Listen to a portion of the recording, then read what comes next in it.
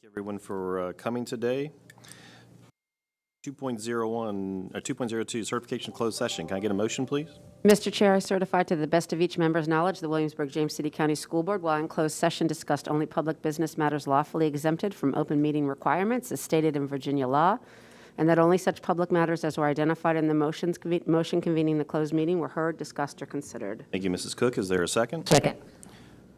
Thank you, Dr. Beers. Is there any discussion? Ms. Aller? Ms. Cook? Aye. Mr. Dowell? Aye. Ms. Hummel? Aye. Ms. Ownby? Aye. Mrs. Young? Aye. Dr. Beers? Aye. Mr. Kelly? Aye. Thank you. 3.01, Mr. Aller, could you take the roll, please? Dr. Beers? Here. Ms. Cook? Here. Mr. Dowell? Here. Ms. Hummel? Here. Ms. Ownby? Here. Mrs. Young? Here. And Mr. Kelly? Here. Thank you. 3.02, approval of the agenda. Can I get a motion for approval of the agenda as presented? I move that we approve the agenda as presented. Thank you, Mrs. Hummel. Is there a second? Second. Thank you, Mrs. Owenby. Any discussion? Ms. Aller? Ms. Hummel? Aye. Ms. Ownby?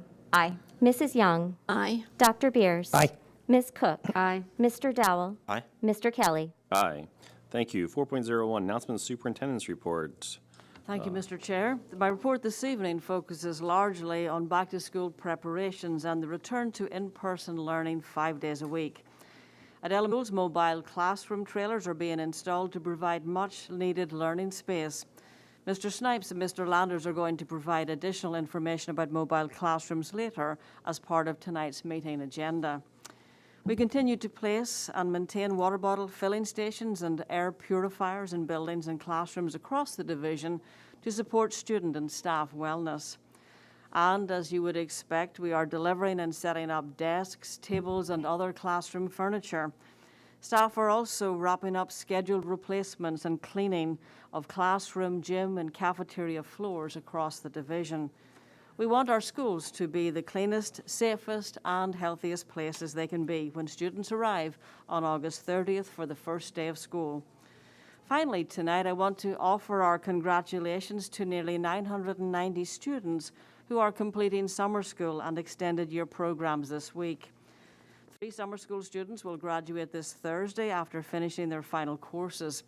Board members, you are invited to join us at Warhill High School at 3 p.m. on Thursday to celebrate the resilience and accomplishments of these 3 graduates. Congratulations to all of them. Mr. Chairman, that concludes my report for this evening. Thank you, Dr. Heron. I do have some sad news to pass along. Mary Ann Maimoni passed away last week. Mary Ann was one of the forces which brought elected school boards to James City County. She was the first elected board member from the Berkeley District, which is now essentially the Jamestown District. She was a friend of mine and a mentor to me, and she will be missed. Any other board members have any announcements? Or that takes us to citizens' comments, 5.01. Mr. Dow? Yes, sir. It's at this point in our meeting where citizens are invited to address the board. Those citizens desiring to speak have submitted speaker cards to the clerk prior to the start of tonight's meeting. These speakers are asked to come to the podium when their names are called, state their names for the record, and direct their comments to the chair of the board. It is the board's interest and desire that all comments are heard and respected. Hence, the citizens are asked to not engage in applauding, verbal outbursts of any other type demonstrations during the presentations. Personnel matters are not considered in public meetings. Therefore, the board requests that all speakers refrain from making reference to specific individuals in any form or fashion. Though the board does not respond to your comments are heard and appreciated. Each speaker is allocated 3 minutes to make their presentation, and the board asks that you respect this time limitation. Also, please be reminded that no time may be yielded to another speaker, and your acceptance and adherence to these guidelines will be greatly appreciated. Our first speaker I have is Toby Wiseman. She's already there. Right. Good evening. My name is Toby Wiseman. My first comments are on culturally responsive teaching. So directly from Virginia is for Learners website, striving for equity and inclusion is not interchangeable with acknowledging systemic racism. It also goes on to state racism cannot be defeated unless it is named for what it is. And it also states culturally responsive teaching also the acronym CRT, mediates power imbalances based on race, culture, ethnicity, and class. So if they're not interchangeable, the systemic racism is directly linked in pedagogy. The website also states cultural competence requires teachers to become culturally responsive and use materials that are culturally affirming. How many different cultures will walk through these doors? Is taxpayer money going to fund the responsiveness to every single one of these? And what if these teachers aren't responsive enough? If you could not have culturally and responsively affirmed my very mixed culture when I was a student, would you have been liable for my academic failure? If education is the great stabilizer, then identifying and nurturing individual academic strengths despite cultural differences should promote achievement and should be where taxpayer money is going, especially after the academic setback COVID forced on thousands of students. 2019 data reveals that blacks comprise 14% of the U.S. population, wherein 65% of working black women held white-collar jobs, compared to 42% of black men. 82% of employed black women worked full-time, compared with 77% of employed women overall. 20% of the black workforce is employed by government entities. We've had a black president and now a black vice president, and yet there's institutionalized racism. If there is systemic racism, as a black female, I wouldn't have a law degree or be speaking in front of a mixed room. My other comments have to do with masking, which should be optional for K through 12 students. Per the CDC, COVID-19, there is a 99.9% survivability rate for those 0 to 19 years old. Health-wise, re-inhaled carbon dioxide from mask wearing damages the internal organs. Reduced oxygen intake, known as hypoxia, inhibits brain and cognitive development. Research indicates that it is 15% more difficult to recognize masked individuals, and holistic processing of faces is disrupted, and our children are bearing all of this. Furthermore, masks dehumanize children and treat them as disease vectors, which is an undeserved burden of guilt and shame. Thank you for your time. Thank you. Mr. Kerry Taylor.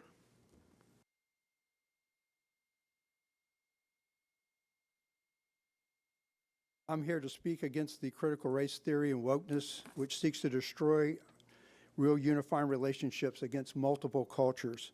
I cherish those relationships that I've had and would like to reflect on some of the experiences that have enriched my life. As a chaplain, along with 2 others, we ministered to a black lady who was in a bathrobe at her mailbox.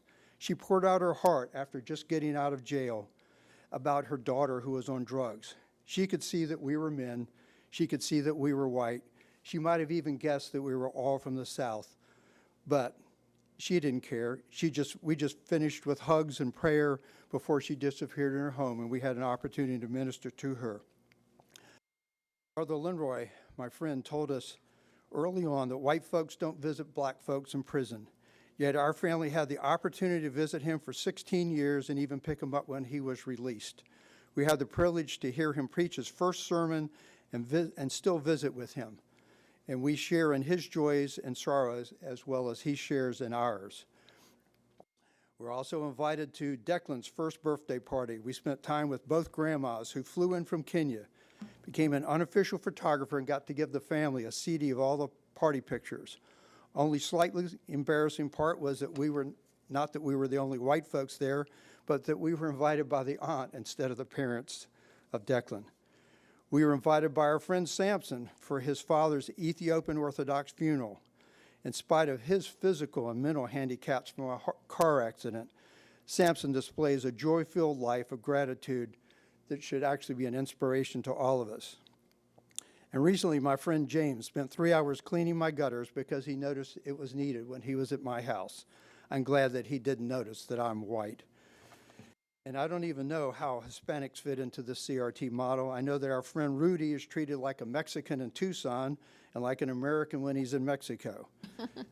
And kind of along with that, after our friend Eduardo was killed at Fort Hood, we were invited by his widow, Angela, to join her and relatives for the 1-year anniversary, as well as the dedication of a memorial. No one cared that we were not relatives. No one cared that we were the only ones who didn't speak Spanish. They just cared that we were there to cry with them. As an unofficial photographer of both events, we had the opportunity to share pictures with Angela and her son. So you have the opportunity here to make stories like this commonplace among your students as well as among yourselves, or you can instill the hatred and the division that's created by unleashing CRT and wokeness. I encourage you to be part of the solution. Thank you. Thank you, Mr. Taylor. Mr. Steven Zabinski. Chairman. Mr. Chairman, Yes, sir. are people waiting inside supposed to have masks on? Yes, they should. Thank you. Go ahead. Okay, is this 3 minutes or is this 2? 3. 3 minutes? Okay, thank you very much, sir. I'll be about 2. Well, we hear a lot of rhetoric about how dangerous COVID is and about how critically important wearing masks, social distancing, and vaccinations are. Here are some facts, courtesy of worldmeters.info/coronavirus. As of this week, there have been 35.9 million COVID cases that have resulted in 629,000 fatalities. 630,000 dead from COVID in the U.S. That's the number that makes the news, and it presents a very distorted view of how dangerous COVID really is. Let's use some math to put it in perspective. 630,000 divided into 36 million is 0.0175, which, as you educators I'm sure know, as a percentage rounds up to 1.8. Perspective. At worst, COVID kills less than 2% of the people in the U.S. who get it. As anyone familiar with natural sciences knows, the very old and very sick are the ones most at risk, representing disproportionately in the mortality rate. Considering the CDC has described the risk of death to a healthy adult from COVID as, quote, statistically insignificant, it further puts such numbers into perspective. That little tidbit isn't from some alt-right website either. Statistically insignificant is a direct quote from an NPR news report on our own WHRO Williamsburg, FM 90.3, which is a news source about as far to the left as they come. From this perspective, there's a strong case to be made that the risk of COVID to the general population could be classified as very low, in spite of how contagious it is. I'm citing my sources, giving hard data, using math to interpret it, and drawing conclusions. These are things our children should learn how to do in the classroom, rather than how systemic racism is real and white people should feel guilty for it, which are opinions that have no place in public education. But I digress. We are seriously impacting our children's academic performance, social development, and emotional health in schools that are already overcrowded with social distancing and mask requirements to mitigate a very low risk. I ask you, how does this make any sense? Get rid of mask requirements and social distancing in our schools for all children, regardless of vaccination status. The doctrine of the lesser magistrate, that's the doctrine of the lesser magistrate, gives you not only the right but the duty to do so for the well-being of our children, which is what you claim to be your primary consideration. Thank you for your time. Thank you.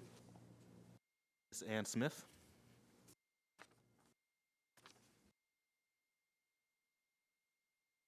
Hi, good evening.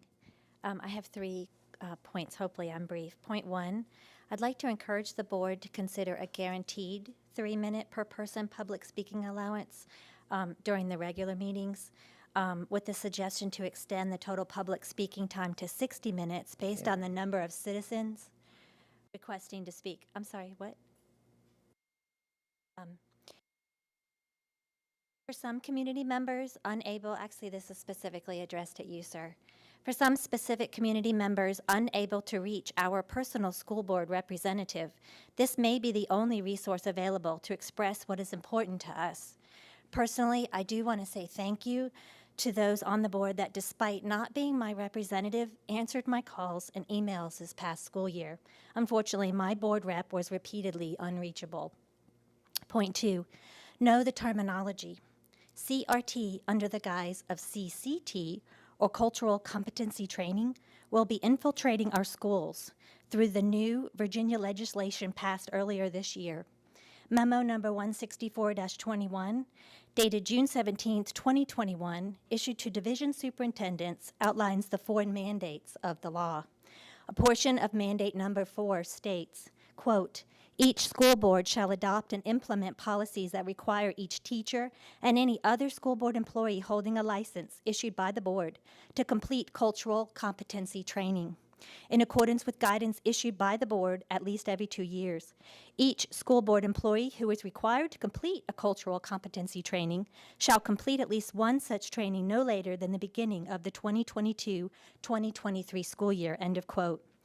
Implementation of this training in our school division, some training of which may already be underway, is not supported.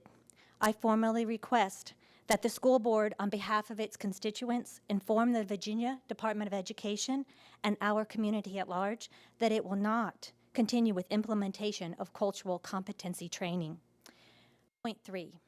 My family does not support mandated masking for students, faculty, administration, or parents. Again, we do not support mandated masking. We do support the freedom of choice and everyone's pursuit of life, liberty, and happiness. That last part was added by my 12-year-old son. Thank you very much. Appreciate it. Susan Franz. Good evening. I'm Susan Franz, 103 Cardinal Court. I'm here tonight to ask that you not mandate mask wearing in school. I am a nurse, and from a medical standpoint, it makes 0 sense. The current PCR test does not accurately diagnose COVID and will be no longer utilized as of December 31st, according to the CDC. They stated that this test does not accurately test for COVID.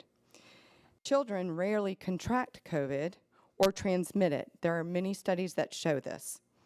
If they do, they have a 99.98% recovery rate.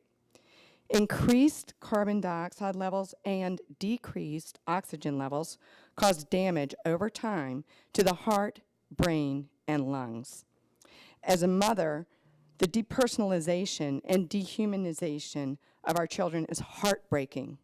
Finally, if you choose to mask our children, you will be putting your own jobs at risk, as many will choose online or homeschooling options.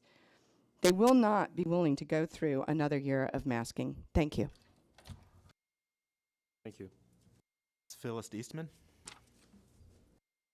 Mr. Chairman, I'm going to ask this one more time. I thought before the meeting began, the decision was made that everybody would wear a mask when they come into the room. Is that correct or not? Don't know that we made that mandate that everybody would wear a mask. I was not told that. But I don't think we're telling that out there when they come into the room and speak. Well, then they should stay out there until they come in, until they're called. Thank you. Because they're putting, There's I'm the nobody in- oldest one here. I'm 75 Dr. years Beers, there is old. nobody in here right now. Can she speak? Yeah, we're good. Eastman. I'm Phyllis Eastman. My address is 142 Fords Colony Drive. And I'm just sharing from my heart about the children and what they need and what they don't need. And I believe that an important part of the journey through life is to find truth. And there is a truth, and to live it out. Today, our culture is in shock mode as we're being bombarded with a lot of misinformation, omission of facts, deceit, and sometimes lies. So the school has to be really cognizant of that experience that's happening in our culture, and to teach the truth, because there is a truth. Schools need to teach competency for living life well. They need to teach character, not color of skin. We all want school board members to be members of integrity. We want our doctors to have integrity. I just had a plumber in. I hope he had integrity. We want bankers to have integrity. So if we teach children integrity, that is a life skill that will only lead to success. We need to teach math competency, despite Bill Gates saying that math is racist. I don't understand that statement. Math is a skill that every student needs. And if they're not able to perform, we need to provide the tutoring and the mentoring to bring them up to speed. But math is essential. We need to teach practical skills to all students. They need to know how to manage money, even if they're going to Harvard. And they need to know, evidently, how to get an ID and how to get a social security number, because news says that people don't have that ability. So we need to give them that ability for the next generation. We need to teach our children that America was built on individual rights, not group identity and group equity. If we support individuals and let them develop as they should, we will see such diversity you won't believe. Because different people have different views of what their goals are, their dreams are, their skills are, their hopes are, and all of them have God-given attributes that need to be developed so they can be successful in America. We need to do that for them. There are different paths to success. Not everybody needs to go to college. Some need to go to technical school and be great technicians, so that we have our needs met and theirs too. Thank you, Ms. Eastman. Thank you. Ms. Beth Hall.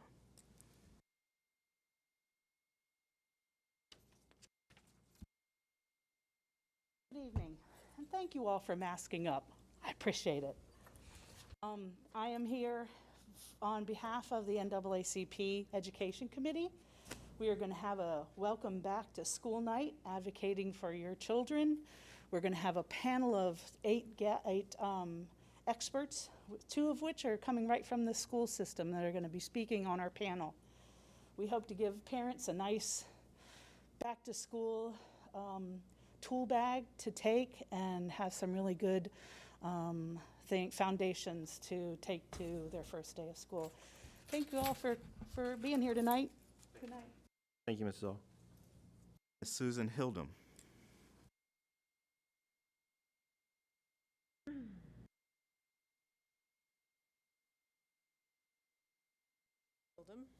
Please make sure you're into the mic. Sorry. Okay.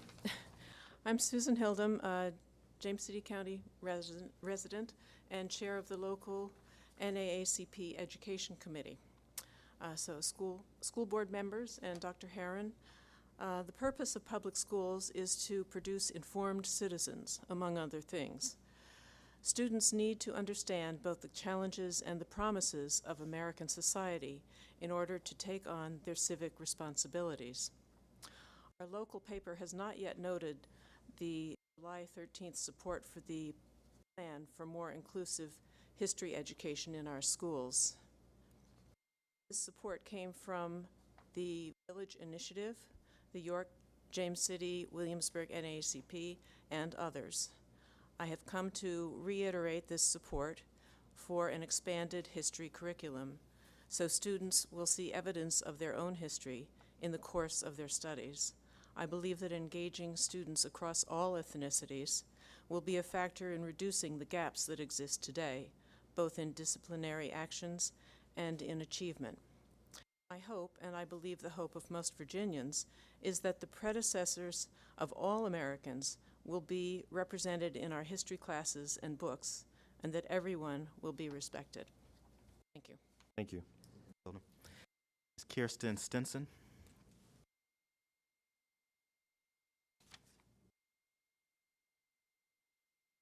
Hello, my name is Kirsten Stinson, and I live at 3401 Francis Berkeley.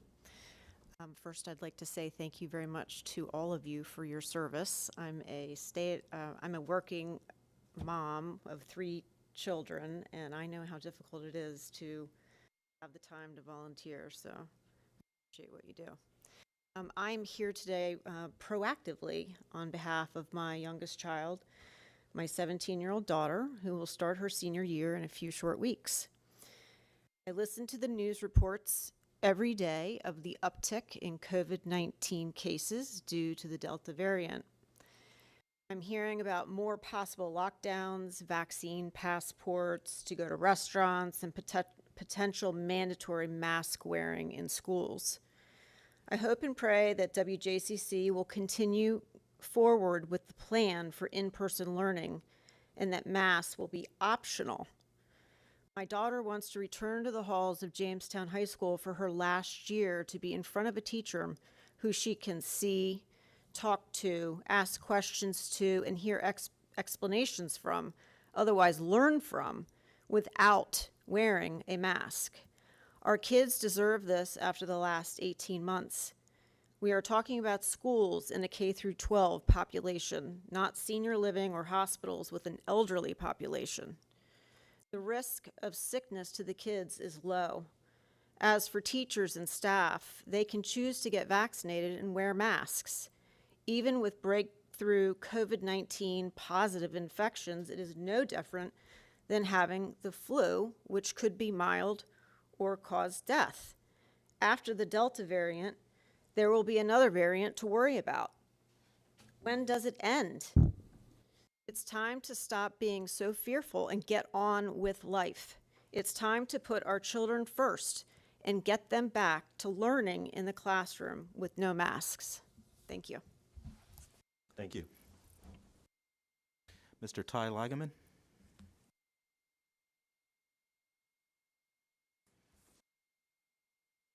School Board, School Division Superintendent.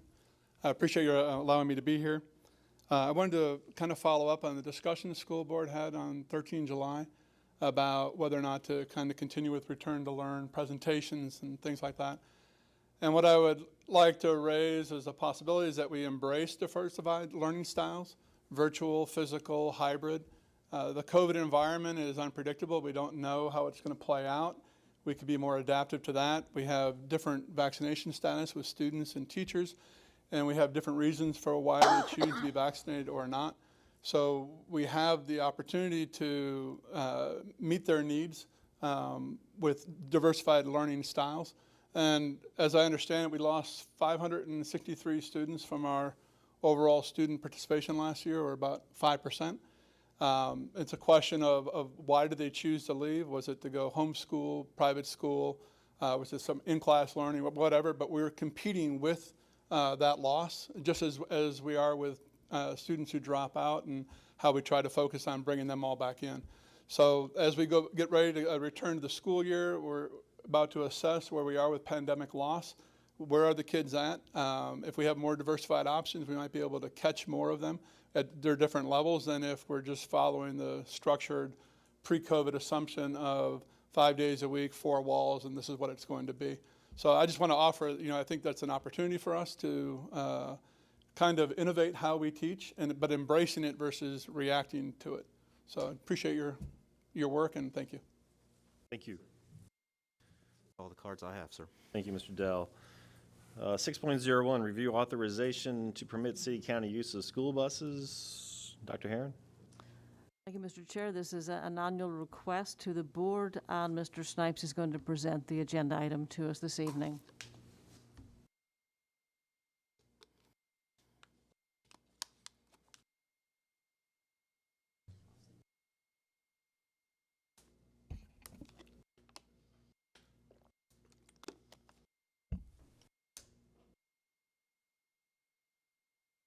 Good evening, school board members, school board chair, and Dr. Herron. Tonight's proposed agenda item supports goal 6 of the strategic plan, and we bring for your consideration the authorization to permit city and county use of school buses. Periodically, WJCC schools receives requests for transportation from the city of Williamsburg and James City County. The Transportation Department assists in the transport of James City County Parks and Rec programs and summer activities between locations during the school year.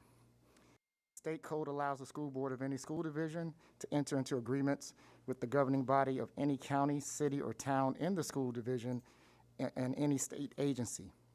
Each such agreement shall provide for reimbursing the school board in full for the proportionate share of any and all costs, both fixed and variable, for the use of such buses. Superintendent recommends the school board review the authorization to permit the use of school buses and be prepared to vote at the August 17, 2021 meeting. Any questions from board members? Do this every year. Do this every year. So we've asked questions about whether we make sure we get reimbursed, and every year you say yes, and you're still getting reimbursed. So, okay, we good? 6.02, review award for contract for invitation for bid 2021-122 asphalt paving repairs at Lafayette High School. Mr. Snipes. Again, thank you for considering this proposed agenda item tonight. The agenda item does support Goal 4 of the strategic plan. It is for the review and award of the contract for invitation for bid number 2021-122, which is the asphalt pavement repairs at Lafayette High School. The project was approved in the FY20 CIP and includes $277,859. And then also for FY22, it includes $300,000 for parking lot improvements. 5 responses were received, and of those responses, A1 Asphalt and Paving was selected as the firm that had the lowest bid, understood the project scope, and demonstrated the ability to provide the services. Superintendent recommends the board review the project information and be prepared to award the contract to A1 Asphalt Sealing LLC. Ms. Owenby. So is it my understanding we're voting on this tonight, Mr. Snipes?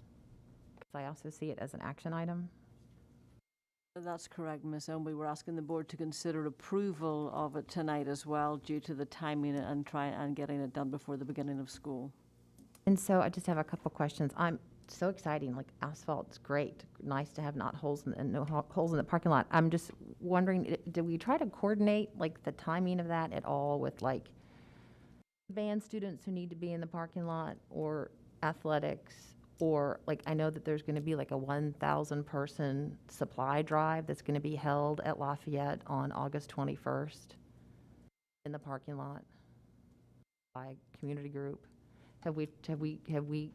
We reached out to Dr. Miani at Lafayette High School, and he understands the scope of work and what was necessary to do it. The project had to proceed at this point in time because the vendor did not have any other times to do this. The original scope of work was just for pothole repair, but after reviewing it in early May and walking the site, we decided to put it back out to do more. And the vendor had said 10 days to do it, and this was the only time that they could get. So just pointing out, that means that band students won't be able to prepare for their show, and maybe they can't compete this year either, but then I have concerns about, and maybe Dr. Manny is all over this, and I'm just jumping in unnecessarily, but 1,000 students are supposed to be in that parking lot to get supplies, and so I don't know if we need to reach out to other community partners to have that held someplace else. I don't know, just. We can certainly follow up, Ms. Owenby, and check back with the school and see what we can do to make sure that the drive goes ahead, even if it's not in the piece of the parking lot that's being done. So we'll certainly follow up on that tomorrow, and thanks very much for making us aware. And then also, just one more plug, I'm a band mom, but so those band students can't prepare. Again, they're at a disadvantage. So the other 2 high school students will be in their parking lot with lines, with their band tower, setting their show. If memory serves, Mr. Snipes, and correct me if I'm wrong, but I believe we were looking at specific pieces of the lot at specific times, that the intent was not to shutter the lot for X number of days in order to get it done, but to create a scenario where various parts of the lot could be utilized. So my sense is that we would not be precluding the band from rehearsing and getting prepared, but there may need to be some adjustments. That's great. I'm just hoping that, and I know sometimes we can't, contractors can do it when they can do it and whatever, but it seems like sometimes Lafayette's at a disadvantage over and over. Well, as Mr. Keever said, we are coordinating when the lot will be used. In addition, I know Dr. Miani is, for anyone else, is going to use the bus loop as well. You may be doing something different for the band, but the bus loop is also available for parking. Right, that doesn't help the band. That doesn't help them. Thank you, Mr. Chair. So, Mr. Snipes, I appreciate your explanation that originally it was a smaller scope and then it became a bigger scope because of the need of the parking lot. But that also means that it costs more money and is, exceeded the original FY20 CIP budget and is dipping a little bit into the 300,000 for all parking lot improvements. So my question is, I support this, but will that dipping into that 300,000 push back or negatively impact any other parking lot repairs that need to be done throughout the division at other schools? We don't anticipate that it will. The other parking lot repairs were just what they were, repairs, but this is a much more in-depth scope, so. Okay, so we're not going to need to see an additional CIP request to kind of make up this difference. Okay, all right, thank you. Any other board members? Okay, that takes us to review the purchase of technology equipment for portable classroom use. Dr. Herron? Thank you, Mr. Chair. I believe Mr. Landers is going to speak to this evening. This is the last piece of putting our trailers in place for use this school year. Mr. Landers. Thank you, Dr. Herron. Good evening, Mr. Chair, members of the board. This agenda item is to ask for your consideration of and approval at the next meeting of purchasing the technology components to outfit the classroom trailers to be located at Stonehouse, Norge, J.B. Blayton, D.J. Montague, Clara Bird Baker, Laurel Lane, and James River Elementary Schools. The requested purchase will provide for fiber cable installation for network connection to the building, data cabinets and connections for network within each trailer classroom, telephone and paging speakers in each classroom, interactive flat panel screen in each classroom, as well as the wireless network connectivity in each classroom. Requested purchase includes the materials and installation charges for the project. The funds have been allocated within the operations operating budget to support this purchase, and the purchase will be made using division contract with Optech. Thank you, and I'll be happy to answer any questions. I feel like I've seen a lot of you over the last year and a half. And you've enjoyed every bit of it. I have. Any questions from board members? It's always good to see you, Mr. Landers. We can use these again afterward, when life goes on and we turn our trailers in. It's all stuff we can use. Yes, ma'am. Whenever we decommission a trailer, we pull the phones, the flat panels, the wireless access points. All of that stuff can be repurposed. Okay, thanks. Any other comments from board members? Thank you, sir. Thanks, sir. Appreciate it. Review fiscal year 23 budget calendar. Dr. Herron? Thank you, Mr. Chair. Again, this is an annual review of the budget calendar, and Ms. Ewan is here to present it this evening. Dr. Herron, good evening, Mr. Chair, members of the board. For your consideration this evening is the proposed budget calendar for fiscal year 23. Timeline stays the same from year to year, with the CIP budget process beginning in October and ending in December, and then the operating budget process starting in January and ending in May. Some of the key dates in the process are presentation of the CIP committee recommendations on October 5th, presentation of the superintendent's proposed CIP on November 9th, a joint meeting with the James City County Board of Supervisors and Williamsburg City Council about the CIP on December 3rd, and school board adoption of the capital improvement plan on December 7th. Then in January, we'll move into the development of the operating budget. We are again proposing budget workshops prior to the January board meetings on January 4th and 18th. February 15th would be the initial presentation of the superintendent's proposed operating budget. A joint meeting with the James City County Board of Supervisors and Williamsburg City Council is proposed in March, with the date to be determined. And March 15th would be the school board's approval of the operating budget in order to forward to our funding partners by April 1st. And May 17th would be the projected date of adoption of the operating budget after receiving funding information back from James City County and the City of Williamsburg. I'd be happy to answer any questions. Ms. Cook? Thank you, Mr. Chair. I guess it's sort of a comment, but I still like the two joint meetings, one focusing on the CIP and one on the operating budget. But since it's not, we've only been doing that, I think 2 years. I just thought I'd throw that out there to see if everybody else agrees, because if it's, is it still staff's recommendation, or good to revisit these things? I think we still recommend keeping those meetings separate because we can really focus in on two very separate things, our capital improvement planning and our operating budget, which are very different. And especially as we go into this year and are considering the need for additional space, I think the time allocated to that discussion will be very relevant. I know it's more work, so I appreciate it. Have we locked down the December 3rd date? Yes, that has been locked down. It's on my calendar. Can we get that on our calendars, please? After the approval of the calendar tonight, we'll add all of the dates to board members' calendars. Thank you. Any other questions, comments from board members? I think this has worked really well, having the separate, as Mrs. Cook said, separating the capital from the operating and having two separate discussions.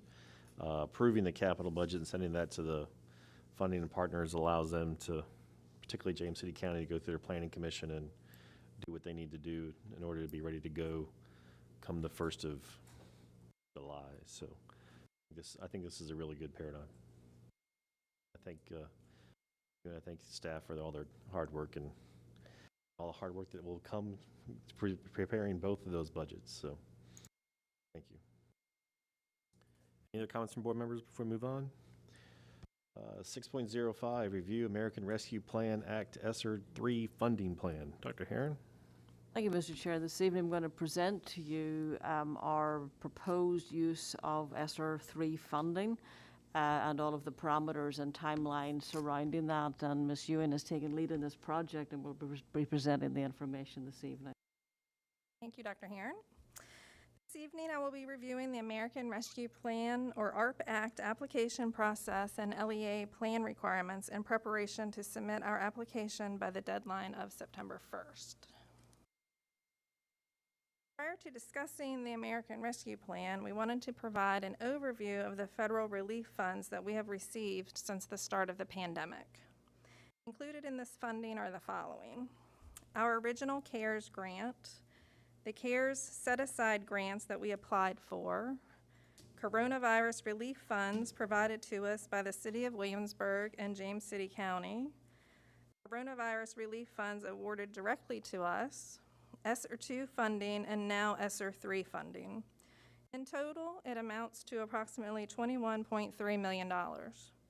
As of July 1st, 2021, the amount available is $16.6 million, as we did spend approximately $4.7 million in fiscal year 21.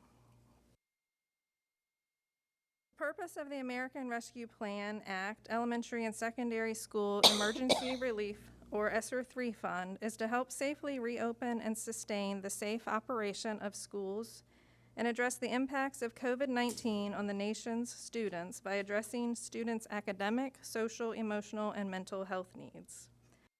Our total award amount is $11,083,197, which is derived from a formula allocation based on Title I allocations. Funds must be expended by September 30th, 2024. In general, the funds have the same permissible uses as other federal programs, but all expenditures under Esser 3 must address the effects of COVID-19 on school operations. Some examples of allowable uses of the funding include instructional resources and materials, supporting virtual instruction, and staff to provide academic and mental health supports to students. Of our total award amount, the Act requires that at least 20% of the funding be used to measure and address the academic impact of lost instructional time on all students. This amounts to $2,216,640 of our total allocation. Funds must be used on evidence-based interventions, must address social, emotional, and mental health and academic needs, and address the disproportionate impact on various student groups. The ARP Act requires each LEA that receives ARP Esser funds to develop and make publicly available on the LEA's website a plan for the safe return to in-person instruction and continuity of services. Our forward WJCC plan satisfies this requirement. Return to Learn information has been provided at board meetings and updated on our website throughout the past school year. The Act also requires that the plan be reviewed and revised, if necessary, at least every 6 months for the duration of the grant period. The ARP Act also requires that our plan for spending the funds be posted on the division website by August 1st, and that we garner public input on the proposed use of funds, as well as engaging in meaningful stakeholder input. You will recall that in June, we launched an online survey for families, staff, and community members to provide input on the school division's priorities for the current school year, as well as how Esser money might be allocated to support those priorities. We received 2,250 responses. 74% of those were from parents, 24% were staff members, and the final 2% are made up of students and community members. On this slide, you will see the survey results showing that class size, teacher-to-student ratios, classroom instruction, and health and safety are the top 3 priorities identified by stakeholders, with remediation and academic support following closely behind. As part of the survey in June, we also asked stakeholders to indicate by percentage how much money they thought should be allocated to each area. As you see on this slide, survey respondents thought the greatest amount, 21%, should go to resources for classroom instruction. The other areas were allocated between 12 and 14%. Dr. Heron also hosted meetings with the teacher and support employee forums. Their conversations closely mirrored the survey results. Here you will see how each of the categories from the survey align with the VDOE categories for the grant and the recommended amount of spending per category based on our survey results.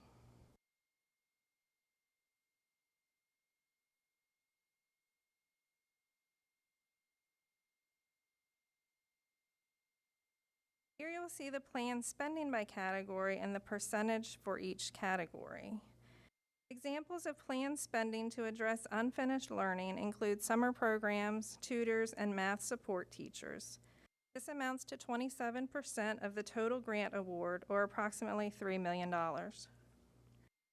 Examples of planned spending to address prevention and mitigation strategies include lease costs for trailers at several elementary schools, elementary teachers to reduce class sizes. Both of these will allow for greater social distancing. This category amounts to 23% of the total grant award, or approximately $2.6 million. Expenditures that do not align with the first 2 categories fall under other uses. Examples of planned spending in this area include virtual academy staff, school counselors, and instructional resources. This amounts to 50% of the total grant award, or approximately $5.5 million. Next steps in the process include an opportunity for public comment as well as board approval at the August 17th board meeting in order for us to submit our official grant application to DOE by the deadline of September 1st. Be happy to answer any questions you may have. Is the, thank you, Mr. Chair. The public comment, is that a separate public hearing? You know, or is that just part of? That's correct. We'll do a public hearing prior to the public comment. Thank you.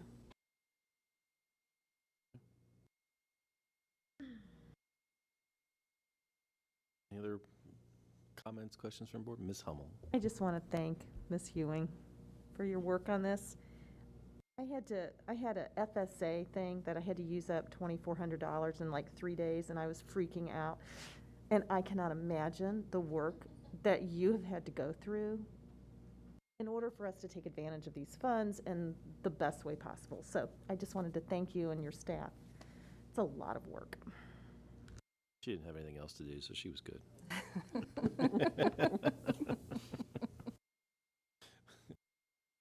Any other comments from board members? And she just got more work by monitoring the state sales tax for education as well. So when it rains, it pours. We're very pleased to do that, Ms. Cook. Okay, with that, we'll move on. 6.06, review amending the fiscal year 22 grants fund budget to $22,262,577.70. Thank you, Mr. Chair. Yes, this agenda item is to amend our grants budget to reflect our grant award under the American Rescue Plan Act, which would bring our total grants fund budget to $22,262,577.70. That's almost the cost of an elevator right there. Just about, yeah. Just saying. Can't be used for capital, can it? No, cannot. There's lots of little strings that Lots attach of to strings all of attached. this. But the money All this we're money. returning at the end of the fiscal year can be, though. It can be. I did have to chuckle at the Esser plan in the last one where we said that we were going to use approximately $2,574,595.01. It's like it's an approximate number. But. Any questions or comments? Thank you, Ms. Ewing. Appreciate all your good work and your teams. 7.014 WJCC Schools 2021-2022. Dr. Herron. Thank you, Mr. Kelly. I think the board had a discussion at the last meeting that when we needed to present information to you about coming back to school and to do with school operations, that we would put it back on the agenda. So tonight, Mr. Keever is going to present some updated information in our Forward WJCC Schools presentation, particularly relating to public health information and masking and other pieces of the puzzle. Mr. Keever. Thank you, Dr. Herron. Good evening, members of the school board. This evening in our planning update, we want to share with you some key information that Dr. Herron referenced. And the key information really is a part of our planning principles as a division leadership team, and then, of course, at the school level. There are 4 key items that we have taken into consideration as we have prepared for the 21-22 school year. That first key item is around in-person learning 5 days a week for students. That has been first and foremost on our mind as we have prepared. Additionally, the health, safety, and welfare of students and staff has been a guiding principle for us. We're going to focus on student achievement and then certainly return to relationship building and providing supports for our students. So those planning principles have been central to our efforts, and they will continue to guide us throughout the course of the 21-22 school year. On July 21st, 2021, the Virginia Department of Health and the Virginia Department of Education released interim guidance for school divisions relative to planning for the upcoming school year. There are key guiding principles that are provided in this document. Students benefit from in-person learning, putting education first, focusing on prevention, the community needs, and then being flexible and innovative. Those are the same guiding principles that we shared with you over the course of the spring that were provided by Virginia Department of Ed and Virginia Department of Health.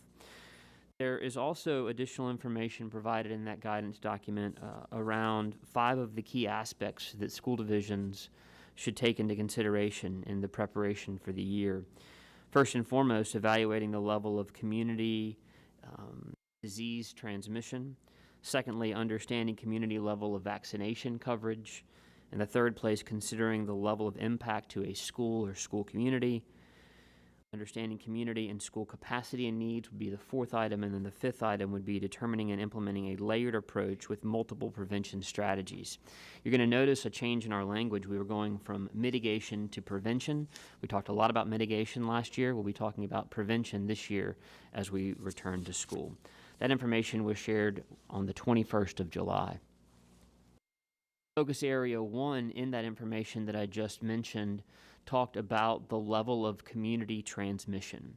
And as you'll recall, over the course of most of last year, on a monthly basis or even every couple of weeks, we would share with the board community transmission. The opportunity to capture that information changed over the course of the year, and the most accurate data relative to the community transmission is really available on the CDC COVID data tracker.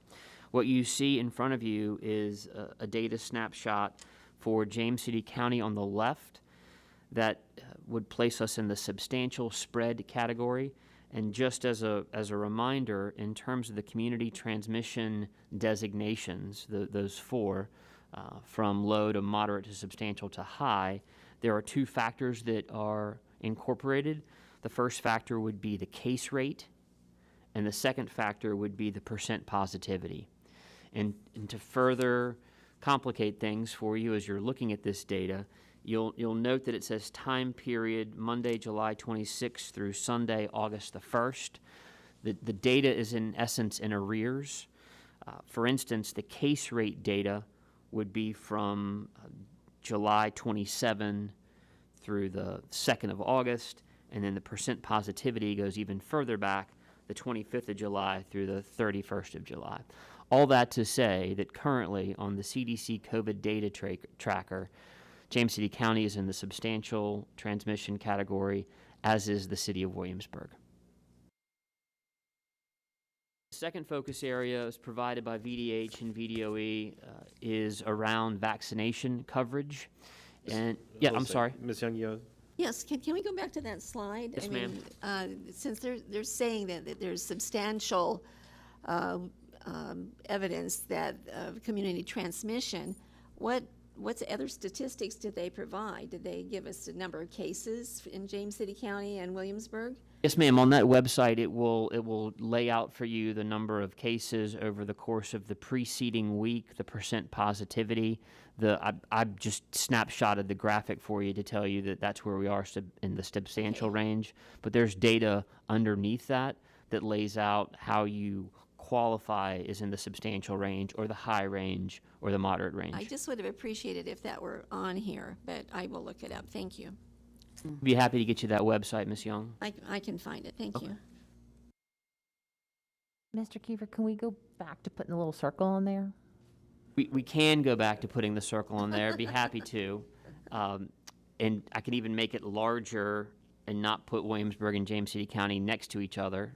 We can do a couple of different things. Be happy to do that. We like the circle. Yes, ma'am. Thank you. Focus area 2 is around vaccination coverage. And this is a data point that I want to kind of carefully walk you through. And I want to start by walking you through the far right-hand side. And the far right-hand side of this graphic details for the board the number of our students by age group as of August the 2nd. So just we have 854 12-year-olds with a total of 5,335 students that qualify for vaccine coverage. That number fluctuates, as you could imagine, based on students that are entering and exiting school and those kinds of scenarios. On the left-hand side, again, this is from the VDH COVID vaccine website. You are able to manipulate and drill down into various localities. So on the left-hand side, we have captured for the board the vaccination count by age group for both Williamsburg and James City County combined, which, as of yesterday, for those students that are under 18 years of age, was 22.9%. That is 22.9% fully vaccinated. You can look at students or adults that have had one dose. You can look at two doses. We believe that the fully vaccinated category is the most appropriate category to show under vaccination coverage, and it gives you a sense that nearly 23% of the students in Williamsburg, James City County are vaccinated. A couple caveats that I want to share with you. That doesn't necessarily mean those are all our students. Those could be students that are attending private school. Those could be students that are homeschooled, et cetera. Additionally, in talking with officials at VDH about the vaccination data, there are particular pieces of the data that aren't reported on the website. For instance, if you were to receive vaccination on a base, a military base, that is not included in this particular data set. The explanation for that is not one that I can opine on or offer to you. I just know that that data is not included with what I'm sharing with you. So Apologize, I was just thinking to myself, that's typical, right? Yeah. So for our purposes, we could say that in our locality, there are 23% of our student in Williamsburg and James City County, not the school division, but 23% of students in our locality that are fully vaccinated. Before I go to the next slide, are there particular questions on this slide? I assume we have very few 18-year-olds, which is why we only have 93 there. We do have very few 18-year-olds. The other dilemma with the 18-year-old data relative to the way it's being reported out is there's no simple way to simply pull out 18-year-olds and include them in the vaccination status. So it's 12 through 17 or less than 18 is that number 22.9. Right. Does that make sense, Mr. Kelly? It does. Okay. Yeah. Ms. Cook? Mr. Keever, given the number of military-involved families in our community, is it safe to assume that there might be more vaccinated people than we're seeing here? I would want to be careful with that because it could also be that the vaccination totals of that 22.9% could be lower in our schools based on who those students potentially represent. So perhaps, but at the same time, we need to take the data for what it is. It's a reporting of the locality and not of the school division. Yeah, no, okay, thank you. But community-wide, we could safely assume there are more. Yes, ma'am. I'm sorry. Even if it's just one more. Yes. There's probably more. Okay, thank you. And not reported in this data are the 37 people that were vaccinated today at Berkeley Middle School as a part of the clinic that we ran. So there are more people vaccinated on a daily basis. Thank you. Any other questions before I go? Thanks. Mr. Keever, maybe you're going to get to this. So do we have a total number of students enrolled this year? I mean, I know we're still doing kindergarten registration, but does that represent about, that looks to me like that's probably a little bit less than half of our student population. Are you talking about the 5,335? Yes. That is just below half, and it's just our students that are 12 to 18. Exactly. So still about 50% of our students aren't eligible for the vaccine. Correct. Correct. So what would be the total number of students? That would be middle school, high school kids. That would give us a truer picture of what percentage of those eligible have actually been vaccinated. That, Dr. Beers, is where it gets further complicated because the reporting mechanism available through VDH is locality reporting and not school division reporting. Right. So as we get a little bit further in the presentation, I'll share what we are considering to try to really hone in on specifics for our students. Right.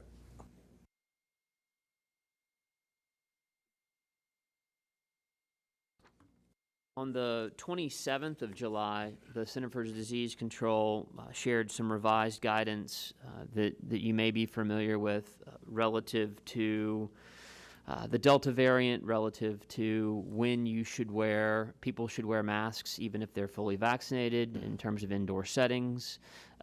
And the CDC further recommended that universal indoor masking for teachers, staff, and students and visitors, regardless of vaccination status, was appropriate. That happened on the 27th of July. Similarly, there has been some shift in thinking around close contact designation, and wanted to be sure that was part of the familiarity on behalf of the board. In indoor settings, the Virginia Department of Health has advised that the student who is within 3 to 6 feet of another infected student is not considered a close contact if both of those students are wearing masks, and that there are other prevention strategies in place. This is a change in thinking from last year's close contact designation that we went through, and we believe that this kind of further enhances some of the prevention strategies that we're going to share with you on the next slide. What does that mean, other prevention strategies? Like respiratory etiquette, the cleaning, ventilation, some of the other pieces that are in place. All things being equal, if both students are in masks, they don't necessarily need they're not a close contact, therefore would not need to quarantine. Yeah. It does not apply to adults, however. Okay. Not needing to quarantine means getting to stay in school. Yes. Correct. In-person learning. Yep. So if a student gets COVID and he's in a classroom, as long as all of these other, Students. the 3 feet distancing and masks are in place, then that student has to quarantine because he has COVID, but everyone else in the classroom can continue to be in person. That's correct. Given our ability to ensure that there is a 3-foot radius around said student, that is correct. You noted this, and I read it, this does not apply to teachers, staff, or other adults in indoor K through 12 settings. I don't want to assume I understand what that means. I think last year... Still 6 feet. Still 6 feet is what For that... adults. Okay. That's what that means. Yes, sir. Correct me if I'm wrong, and I may be wrong. Last year, when there was an exposure in a classroom, the students needed to remain home to quarantine, but the teacher did not.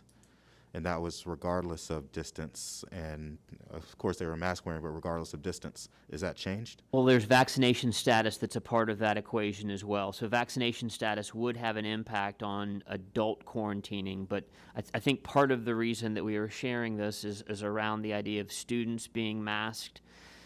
The adult scenario, the 6-foot piece is still in place if unmasked and unvaccinated. I think I'm addressing your question. You are, yeah. Okay. Thank you. Thank you. Question, so if the teacher is vaccinated, and the teacher is wearing a mask, and there's a child that gets COVID in the class, as long as the teacher is vaccinated and the teacher's been wearing a mask, the teacher doesn't need to be 6 feet apart. We would want to ensure that we're all on the same page with that. I believe there's still a 6-foot piece for the adults. That's my understanding of it. But the idea of the vaccination does provide or limit quarantine necessity. So the teacher could continue to teach because they're vaccinated and they have been wearing a mask, so they haven't had that exposure, and could continue to teach if they're vaccinated. The vaccination is a huge piece for us when it comes to keeping teachers teaching in the classroom. But teachers have to stay 6 feet away from students and each other and other adults. To say they have to stay away, I mean, if you, so in terms of the first bullet, this idea of the close contact designation remains in place if you are within 6 feet for a total of 15 minutes. We believe that the shift in thinking is related to the idea of prioritizing in-person learning and wanting students back in person, face-to-face, recognizing that the parameters of space within our buildings does not allow for 6 feet to be in play. So if 3 feet can be in play and both students are masked, then that allows for that to occur. The adult component is not as flexible unless he or she is vaccinated. What is the percentage of vaccinated teachers? I don't care that much, I mean, not that I don't care, but in this particular case, as it relates to the fact that we could have a classroom of students without a teacher, if there's somebody that comes down sick with COVID, how many of our teachers are vaccinated? What's the percentage? Last year, we reported out approximately 1,570 of our staff members were vaccinated. That number probably continues to shift some based on retirements, new teachers coming in, and we'll also be looking to substantiate employee vaccination status to be able to determine where we are. To start 21-22, we felt like we were in the upper 80s or low 90% to end last year. That's all staff? Correct. So can this be a school board question to find the percentage of teachers that are vaccinated, percentage? It can be a school board question. We're working on getting that data. Okay. It is going to take us a little bit of time to get that together. I understand, but for me, that's kind of important. It's a hugely important, and I think part of our challenge right now is the turnover in staff and the number of brand new instructional staff that are entering our division right now. And so we're working on a process for collecting that data and asking people, are they vaccinated? And is there, this might be a loaded question, but William and Mary just mandated vaccinations for all faculty and staff. Is that something you're looking at? We're not in a position to do that, not right now, because the vaccine has not been totally approved. Just wondering how a university can mandate it and not a K through 12. I'm just wondering, maybe it's a totally different Mainly because entity. we're a public entity. We're So is not William we're and not, Mary. we're not a private university. Neither is William and Mary's public. University of Virginia is public. They both mandated vaccines. And or I also think though that if that were if you are not vaccinated, you submit to weekly testing. Is that a possibility? That's Is that only part until of, September 19th. After that, September 19th, you are relieved of your duty without pay. my understanding in talking about mandatory vaccine for staff is that as long as there is an emergency use authorization that may not be supported at the state level at this juncture. That's not to say that doesn't change. Same thing for students. Yeah, I'd just like to add to that because the state was ultimately the authority that generated certain kinds of requirements that all teachers had to have. The TB testing, and I think there are a couple of other ones as well, and that was at the state level. And what I hear you saying is there's not much appetite to try to do that with COVID-19. I think what I'm saying, Dr. Beers, is that hasn't occurred to this juncture, that we are to and we will continue to encourage all of our staff that wish to do so to be vaccinated, but to put in a requirement at this juncture is not something that we have explored or mandated. No, I don't think an individual school system could do that, but I do think that if the state makes a decision and does it across the board, then that it comes under a different. It's a different requirement. It's like I said, it's like the TB vaccination, not vaccination, TB test. But I'm curious about that, right? Because since we're talking about this, let me share with you our thought process on documenting vaccination for staff and documenting vaccination status for student. The piece for staff, our starting point for staff, is to take the information that we received as they registered through us last year in order to be vaccinated and include that in our employee database.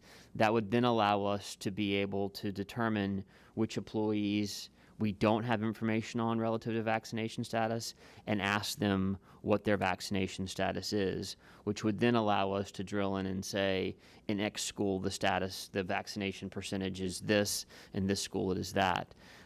One of the pieces that we saw over the course of the spring and into the summer was that most folks had shot number 1 via the clinics that we set up, but not necessarily shot number 2. So they would not be in our initial database, and we would need to go back to them and ask for what their current status is in terms of vaccination. That's on the staff side of the equation. On the student side of the equation, going back to the data we looked at in terms of the Virginia Department of Health, we want to drill in and know what the vaccination status is in each of our buildings. In order to do that, we're going to need to ask that question.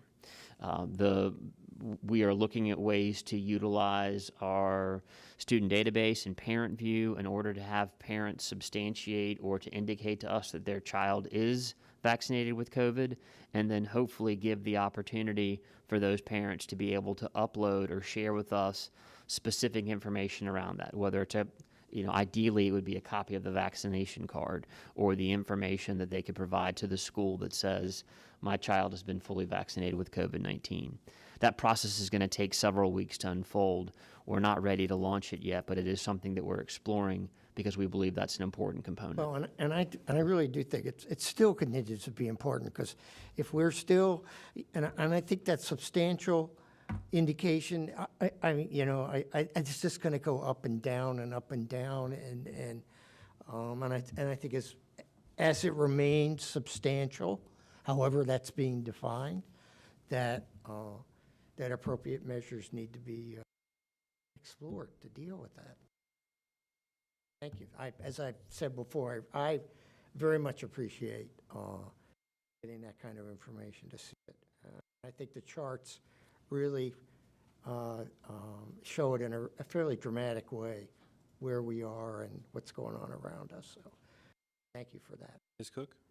Thank you. I know you're trying to get through this presentation, That's Mr. okay. Fever. I appreciate it. Happy to answer questions. Yeah, I just, based on the conversation we just had about mandating vaccines, I just think for the public that's listening, if we could at our next meeting get some clarity around whether or not we can or cannot mandate for our workforce and or for our student population, that would just be good to just clarify that, please, publicly. And then also, I just want to say I fully support and appreciate the opportunity for parents to register the vaccine status of their children. I think that's an excellent idea, and I look forward to doing that myself. So for staff, if a staff member comes down at a particular school has COVID, who determines close contact, and who would know vaccination status for the staff? It's part of the contact tracing piece that the nurses go through with the employee or with the student, and our nurses are trained in that and would ask those pertinent questions. And they would have access to know who was and who was not vaccinated? Well, we would ask that question initially of the employee, and they would share with us their vaccination status if that information wasn't readily available for the nurse. Same for our students as well, currently. Sandy? I guess I'm going to cause a problem, because I absolutely oppose mandating our employees to be vaccinated. I absolutely think that's a total violation of privacy, and regardless of what their reasons are one way or another. I do not think it's a wise policy decision to go down, and I do believe still that people have, I mean, if we believe in choice on so many, in one area, why not choice in other areas also? So I really do not think the schools should, I mean, I do understand that universities, apparently William and Mary has made that decision, but I think it's an unwise decision, and I personally prefer that WJCC does not follow suit. Ms. Hummel? I respectfully disagree with my school board colleague. I am very, very frustrated that we're at a substantial level of transmission, and we are at this situation that is completely preventable for requiring masks for our children because of the level of transmission that's in the Williamsburg area. And the one thing that we can do to lower the transmission levels and get us back to a maskless environment for our students is if we get these people vaccinated and get everyone protected. And so you get to a level, if you're vaccinated, and you do catch COVID, or your loved one catches COVID and they're vaccinated, then it's more like our typical flu from years ago. And you certainly, we can't get to this level of not being able to, of being mask-free and get back to a normal kind of pre-COVID environment if people don't get vaccinated. So I completely support William and Mary in mandating this, because the suggestions and the recommendations for people being vaccinated gets you to a certain point, but But if you really, really want school to go back to normal, which William & Mary really, really wants school to go back to normal, that's the decision that they have made and multiple other public universities in the state of Virginia. I think it's likely that decision will be made at a level much higher than the school board when it comes time to be. Yes, I'm sure it will be. Sorry, Comes time to I'm be. just voicing my opinion. And we're not having that debate right now, just to be clear, but for the public, that's not Correct. a decision before the board at this time. Correct. There are some key prevention measures that we want to share with the board and the community that we are pursuing. And first and foremost, we've talked about a little bit this evening, is that we want to continue to promote vaccination as part of the reason that we scheduled vaccination clinics at our schools to close the year. It's part of the reason that we scheduled the clinic today at Berkeley, and we'll do another clinic at Berkeley on the 24th of August. Vaccination is critically important. We also believe at this juncture that there ought to be, and we should utilize, a mask requirement for K-12 as the school year begins. That's in accordance with the CDC recommendation. It's in accordance with the American Academy of Pediatrics. It's in accordance with, frankly, our own health advisory team, who we met with at the end of last week and felt very strongly that we start the year with a mask requirement. Unable to bring them this evening, but we'll have them, we hope, with us on the 17th to potentially answer questions from their perspective around why that's so important. There will also be a masking requirement on all WJCC transportation. Again, this is in direct lockstep with the CDC public transportation piece, so students will be wearing masks on WJCC transportation. We're going to continue to monitor community and school transmission. And as we shared over the course of last year, we'll bring that data to you and also be transparent with our community in terms of what the potential school transmission pieces are. We're going to encourage our staff and students and parents to utilize the self-check process. And when sick, stay home. Which is, we think, a big factor in folks staying safe. Hand washing and respiratory etiquette remains a prevention strategy, as do the cleaning protocols, many of which we instituted last year. And then finally, we'll be working with contact tracing and close contact designations over the course of the year, and wanting to be able to utilize our nurses who've been trained in that process to help us understand who ought to be quarantined, et cetera. Those are the key prevention strategies and prevention measures that we'll be utilizing. And of course, the vaccination and the mask requirement are the two most essential as we get started. Finally, let me say that it would be our hope over the course of the next several weeks and months to be able to remove that mask requirement as the community transmission rates go down and or the vaccination rates go up. We think that that would be an important component, and we'll pledge to look at that as often as possible to bring back to the board key information around that. I think that we ought to be transparent and say that as the cases seesaw and as transmission goes up and down, we may be in a position to, at some juncture, say we can remove the mask requirement, but then have to come back around and say we feel like we need to reinstitute a mask requirement, and or potentially indicate that in a building or buildings based on what is occurring within the scenario. So the piece that is important for all of us to keep in mind is this idea of needing to pivot through decision making based on the science, based on the data, and based on what's happening within the community. With that, Mr. Chairman, I'm happy to answer questions that may come forward. Ms. Young? Okay. So, Mr. Keever, I appreciate so much. I can tell that you put a lot of effort into this, but was optional masking even discussed as a possibility for families?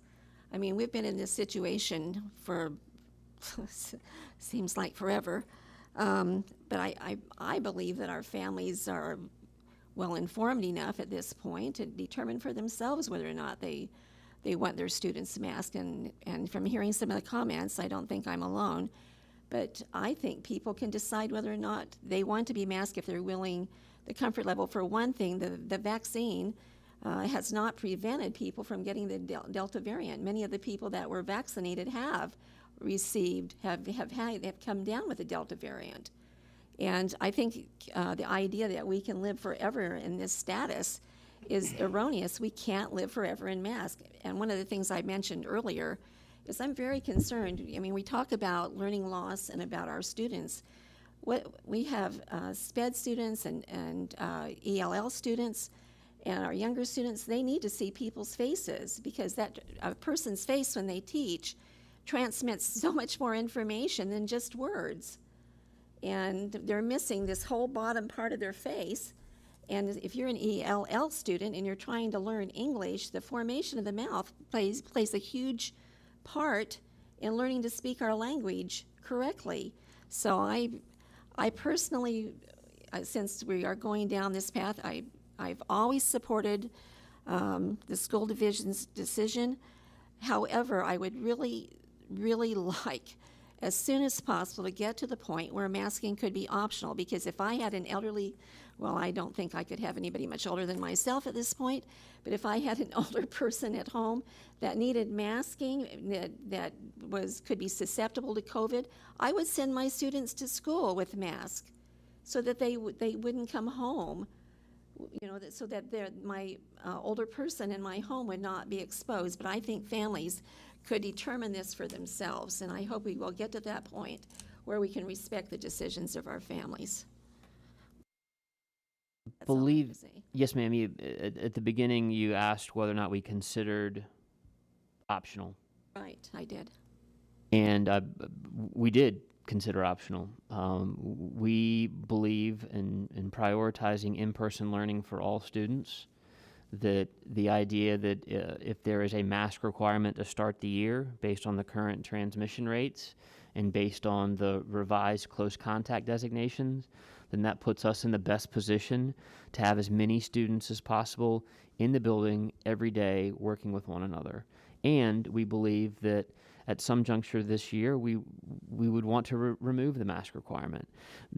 The operationalizing of the option becomes a challenge.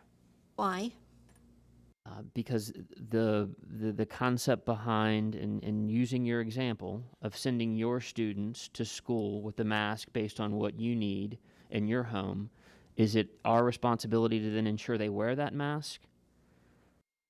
I think that would be up to the family to discuss with their students. Right, but I go places, I was at the post office today. There were people that were masked. There were people that were not masked. Mm-hmm. I don't have any heartburn about either one. There was a family there that their children were masked. There was a family there that their children weren't masked. I'm comfortable with both. And I think that would work essentially the same within the school. I think students would come and they would follow the direction of their parents. Maybe not. Well, I've had kids that maybe not, but I think it still should be optional. I understand, and we believe quite strongly that administratively the best course of action to start the year is with a mask requirement. And it honestly, this last week and putting the mask back on has not been something that I've wanted to do, but believe that it's an important component relative to what the CDC has shared and relative to what the American Academy of Pediatrics has shared. Well, I've read all of that, and I've read what the VDOE and the VDAH said and the CDC, and unfortunately, some of that information over the past year has been found not to be true. So that's kind of where I'm at with it. Can I add, sort of jump in here? I think one of the things that we're missing here in this discussion is that nobody knows everything about COVID-19 or Delta or whatever else is going to come down the line.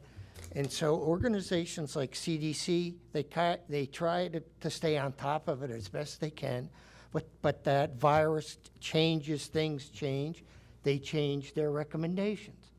And then something else happens and they may revise that recommendation.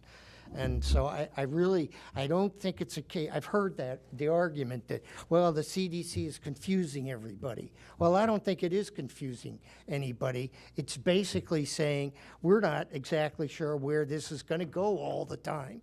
So we're going to make this decision now, which recommendation, but maybe next week or the week after, we're going to change that recommendation. And I think, and we do a disservice to those organizations that are spending.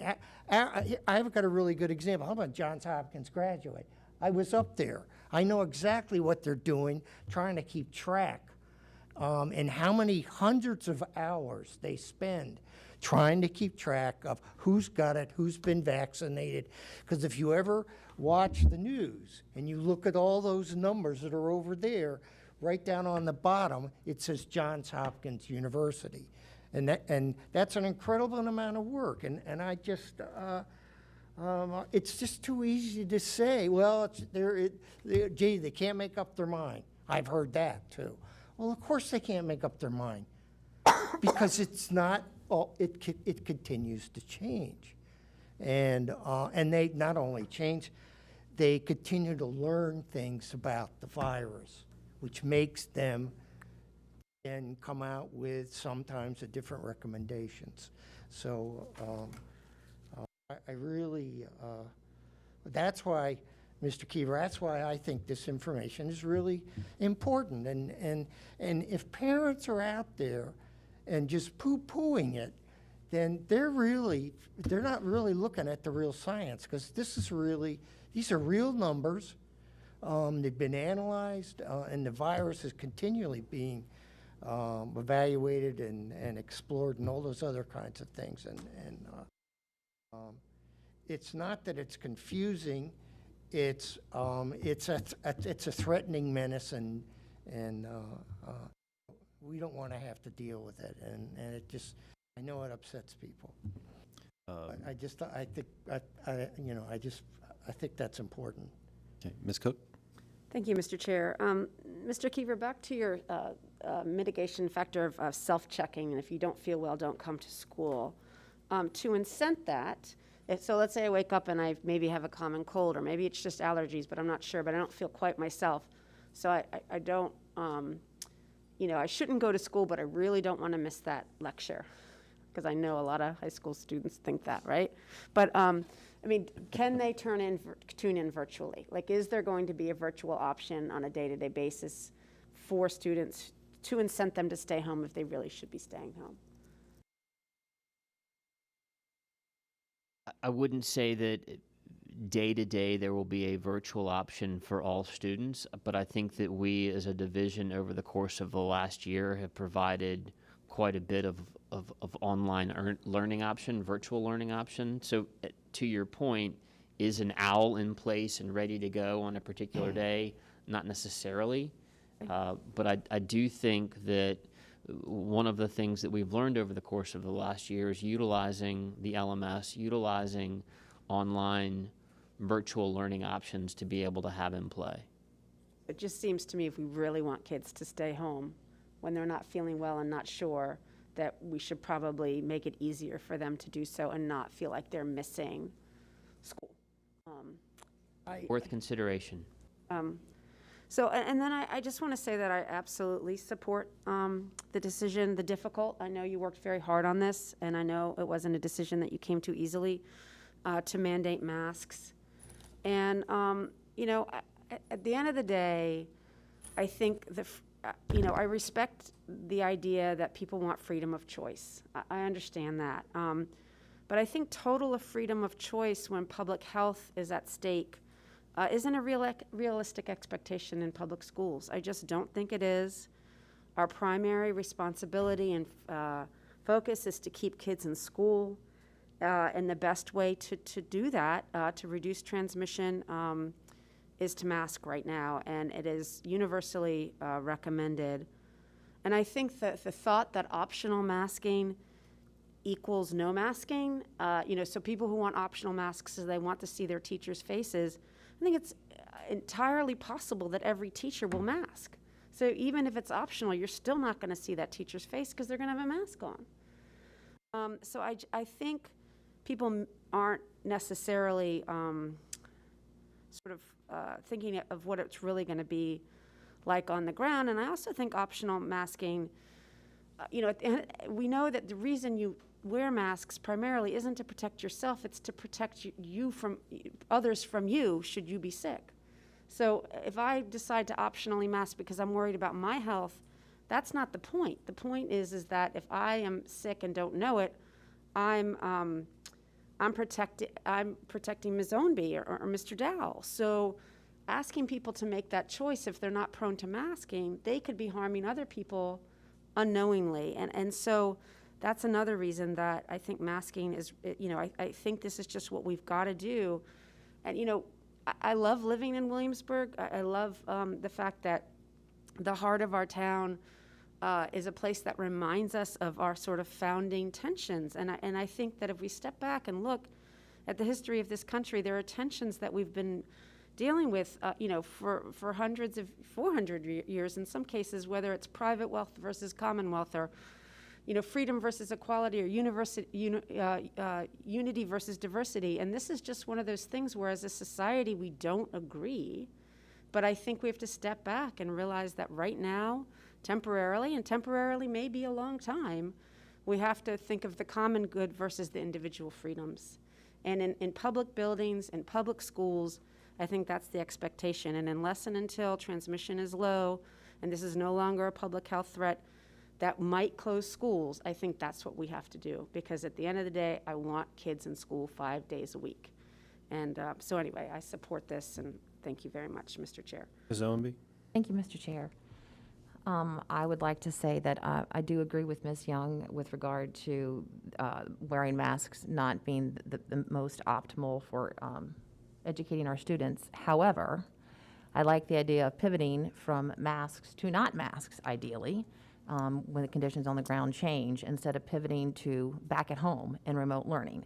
So last year we had a path, and we went forward and went backward all year long, and those pivots were back to remote and then sometimes in the classroom. So I think this year, in order to move forward with the goal of being in the classroom, we're looking at pivoting from wearing the mask to maybe not wearing the mask. And that's a better situation than pivoting back home. I would rather not pivot back home to remote learning. And so the only way to stay in the class is to wear the mask when it's necessary. So thank you for considering everyone's input. I think everyone's input in the community and the experts are important, but I like the idea of hopefully pivoting to no mask. Understand that wearing them is not optimal, but to support what Ms. Cook said, I think that's what we need to do right now. Mr. Dowell? Thank you, Mr. Chair. Sitting here listening to all the comments and the discussion, and I appreciate all of it, and I take it all in. I find myself leaning towards agreeing with Ms. Young a little bit more than anyone else here, and that's not to take away from anybody's perspective or experiences. But at the same time, while I really abhor a mask mandate, and yet at the same time I recognize the value in it, that it means for our school division, at least as we talk about WJCC, we can begin 5 days a week, and we can stay 5 days a week for as many students as possible, as many students as return. Like I said, I abhor a mask mandate, but our students need to be in the classroom, and they need to be learning from their teachers in the most traditional setting as we can provide them to mitigate that loss of learning, continue that forward-leaning learning. I think I'm working on the phraseology. I wonder, Mr. Keever, Dr. Herron, if similar to discussions that we had and questions that we had from the public last year, are there any benchmarks that you can give us, any indicators? And perhaps you'll point to the community transmission data, but is there anything else that, the layperson at home can say, we're getting closer, and by the way, this is what our leaders at the school division have told us, this is what will be required of us so that my kid can take that mask off? What would you say to that? Couple things, and we're not necessarily ready to give a specific marker, and I would want us to be a little bit careful on specific markers, but the idea that we are in the substantial or high community transmission, I think, is an indication that masking would be appropriate, just based on the guidance from VDH and CDC and American Academy of Pediatrics. If we get into the yellow category, which is the moderate category, perhaps that is a time to look at it. But I also think you need to couple that with vaccination coverage for young people 12 to 17 or 12 to 18.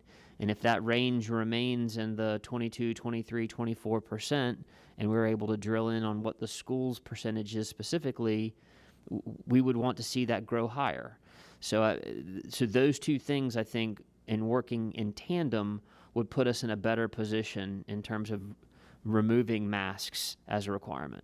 So you mentioned those percentages for schools, and I've got one of those questions here. Consider the level of impact to a school. That was in the presentation. Is that what you mean by that, or did you mean something more than that? The vaccination status of a particular secondary school?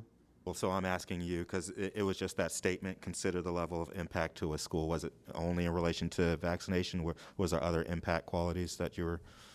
It could be the number of students who are absent on a particular day, your ability to staff a school based on staff that has to quarantine.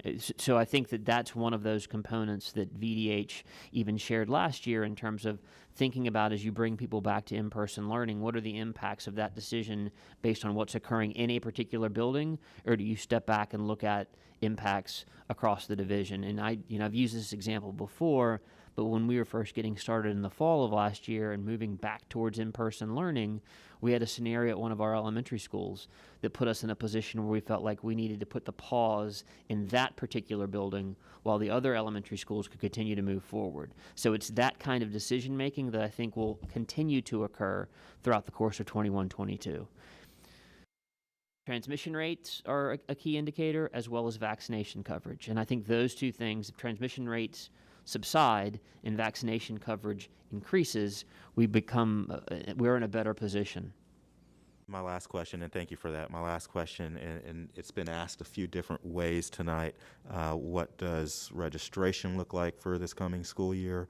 I know that I have, and I'm sure board colleagues have heard from many parents and guardians in the school, in the district, waiting on an indication for what the school year is going to look like. Do you have any kind of sense about how this decision is going to impact those holdouts for registration? What does that look like? I think it depends. I believe that some parents may opt out if we are masked, and some may opt out if we're not, because we have families who will not want to send their children to school if every child has not got a mask on. So I think it'll just be like every other decision and road we've taken. We will have families in two different places coming from very different perspectives. Our overall goal is to get everybody in school 5 days a week and keep everybody safe. And this seems our best course of action to start the school year. And I would reiterate what Mr. Keever said. This is not a mandate for the school year. This is for this moment in time when we're in substantial transmission, and we're going to look to our experts on our health committee to really talk through how we would transition back out of masks as soon as possible. Other comments from board members? So, yeah, I'm frustrated. I mean, it's the graphs are going in the right direction, and masks were off, and everything is great. And then now the numbers are starting to inch back up, and I want masks to be optional. I can assure you that the school system considered that, because I asked Dr. Herron before she went to Ireland, and I asked Mr. Keever while she was in Ireland, and I asked her again when she came back if that would be an option. I struggle with this whole thing because I personally have had dozens of my employees who have had COVID, and I have one who had struggled with it for months, long-term health impacts. I have one who in the past month has spent a month on a ventilator in an induced coma, and is just now getting out of ICU and learning to walk again. And then I had one who died. And I've in the course of all that, I've read an awful lot about COVID as this whole pandemic has come across us. I've read the information. I've read it. I've seen it change. I've read it all. But What I am not is an expert. And as a result, I feel like I have to defer to the experts. If I was building a bridge, I'd go to an expert. And even though I might know a lot about it, I'd still go to an expert. And so in this instance, I feel like we have to go to the experts. And the ones who I've had the most faith in are our local ones, the folks on our medical committee, our medical committee, advisory committee, who kind of look at the data and look at our community and make the decision. And so, as much as I don't want to do it, I think we have to follow their advice and go with the masking requirement as the year begins. It doesn't mean that we're going to be still in mass in June. But I just don't see any other way around that. I think that's, it is incredibly frustrating, and I get people's frustration. We've all gotten emails, some who have said that we are not going to put our kids in school if you don't have masks, and some who said that we are going to if we're not going to if you do have it. And it's a struggle, but we have to make the decision which is best for the community and which is best for the school system. And as much as I don't want to, I think that this is the course of action that's been recommended to us, and I believe this is the course of action that we should follow. So that's kind of where I say. I want masks to be optional. I don't want to wear masks. When my company's gone back to it, and it frustrates me, but it's what the experts say we should do. So anyway, that's my 2 cents about it. The other piece I have about this return to learn is our meeting space. So we as we sit here at Blair, we don't have any public at all that's available to watch our meetings live in person. So I'd like to put it in front of the board if it would be interested in going to Stryker for work sessions. So I know we like the U shape here, but in Stryker we're basically in a circle where we have 2 board members in the front row. We have Dr. Herron in the front row and the rest of us on the dais. So I think we get the same ability to communicate at Stryker as we do here, but we have the ability to have public at our meetings. So I just want to kind of throw that out and see what people are thinking. Can I comment on Go ahead, that? Jim. I know in the past, quite a while ago, we had the public was encouraged to come in at our regular board meetings to make comments, share their feelings or thoughts about the school system. But during the work session, it was actually a real work session where the boards just sat down, got together, did some serious work without interruption, and then citizens could still make comments at the meeting. I think if you move our work sessions from a place like this over to Stryker Hall, I don't see the atmosphere. I think it's going to be much harder kind of roll up your sleeves work that we do. In fact, I wouldn't even mind if we moved our tables a little closer to each other than we are now. But that's just my feeling. But I know that that has been done before. We have done that before. Yeah, when I first got on the board, we did not have, we had all of our sessions in either Stryker or County Building F.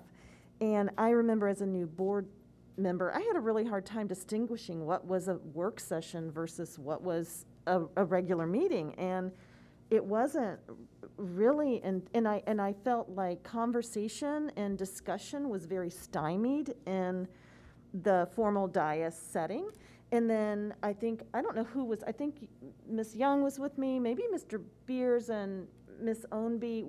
We were all new board members, and we went to the VSBA. And remember, we also decided that we weren't going to have to raise our hands all the time. We wanted to say something in a work session, because in a work session, you just communicate with each other. Well, when we went to the VSBA, we went to a session on best practices for school board meetings. It was led by a leader of, do you remember that? And, and he said the best practices for school boards is to really differentiate your work session from your formal meeting. And I remember, I think because of COVID, we've done this, but in the past, we were always in here, pushed the tables together, had real discussions. There was room for public to come in. It was just not as much room, but there was room for public to come in. 20 seats, maybe. Yeah, there were 20 You also seats. found out that And there's school divisions together, in the state that don't have work sessions. Right, but anyway, I think because I think that we're not telling the public that they cannot come and have public commentary, because I think we love hearing from the public. It's just, we would be basically giving up our ability to have that kind of a work session format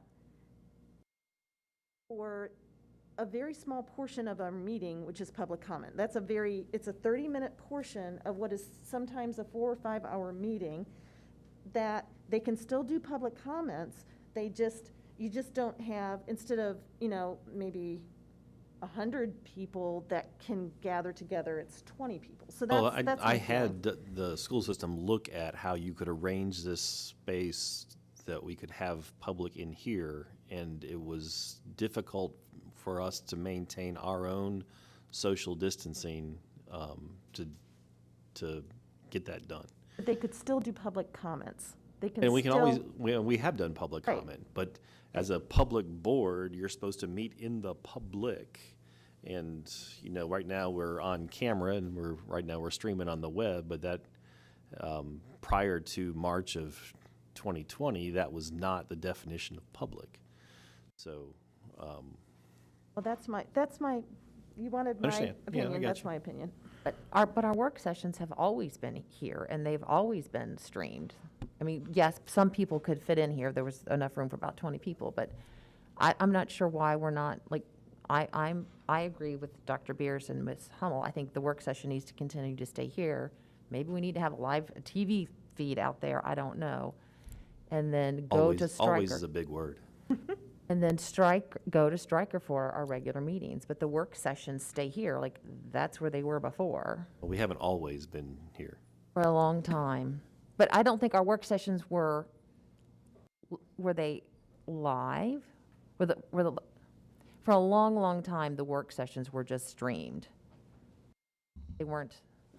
Okay. They weren't live, like in Stryker, because we didn't have every time the board met here, it was streamed. Okay. It wasn't live. That's good. Thank you. I could go either way. I tend to agree with the board members who want to stay here. And, I'm sorry that it can't be reconfigured, but I'm curious how many people are watching right now. I don't know if we can find that out. What our ratings are like? Right, exactly. What kind of Nielsen ratings do we have? But I just want to say, if we had a proper central office, this wouldn't be an issue. So it is, it's another facilities issue that we struggle with in this division. And so if we had a proper central office, we would design it so that we could configure a room for a work session to include a gallery. How many people? 40 people are watching. Hello. 40 people. 40 devices. 40 devices, thank you, which is more than we could fit in here. So I'd just like to point that out. But again, it's a facilities issue, and we would be able to configure that room to have a work session and have a gallery, and then also have a dais and a gallery. So it's something to look forward to whenever we're afforded the opportunity to have a new central office. Ms. Young? I was just going to say, I think when we first came on the school board, these meetings were also very formal. The work sessions were formal. I remember them being formal because I always walked away wondering, I never really knew what my colleagues felt or what they, because everything was done by Robert's Rule of Order, and I don't have any objection to that, but when you're trying to understand or discuss issues, then you really need to have a discussion. And I think for that, this room has lent itself very well to that. I personally prefer to stay here. I mean, I think one of the things, first of all, we didn't have all of this space because we used to sit like 2 people to a table. And I think that's limited the number of people that can be in the room.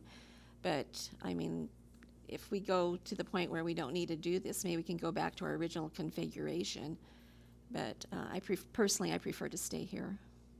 Okay. Just throwing it out there. All right. Anything else? Ms. Hummel wants a comment from me. Yeah, I just wondered if you had I any do, yeah, comments. I've got an opinion on it. To me, public means present. The public should be present, and I think that when, after public comment, we don't have space for them, they're expected to leave. I think that shows a disservice to them and to the community. So if we stay here, we need to do better for the community. Thank you, Ms. Hummel.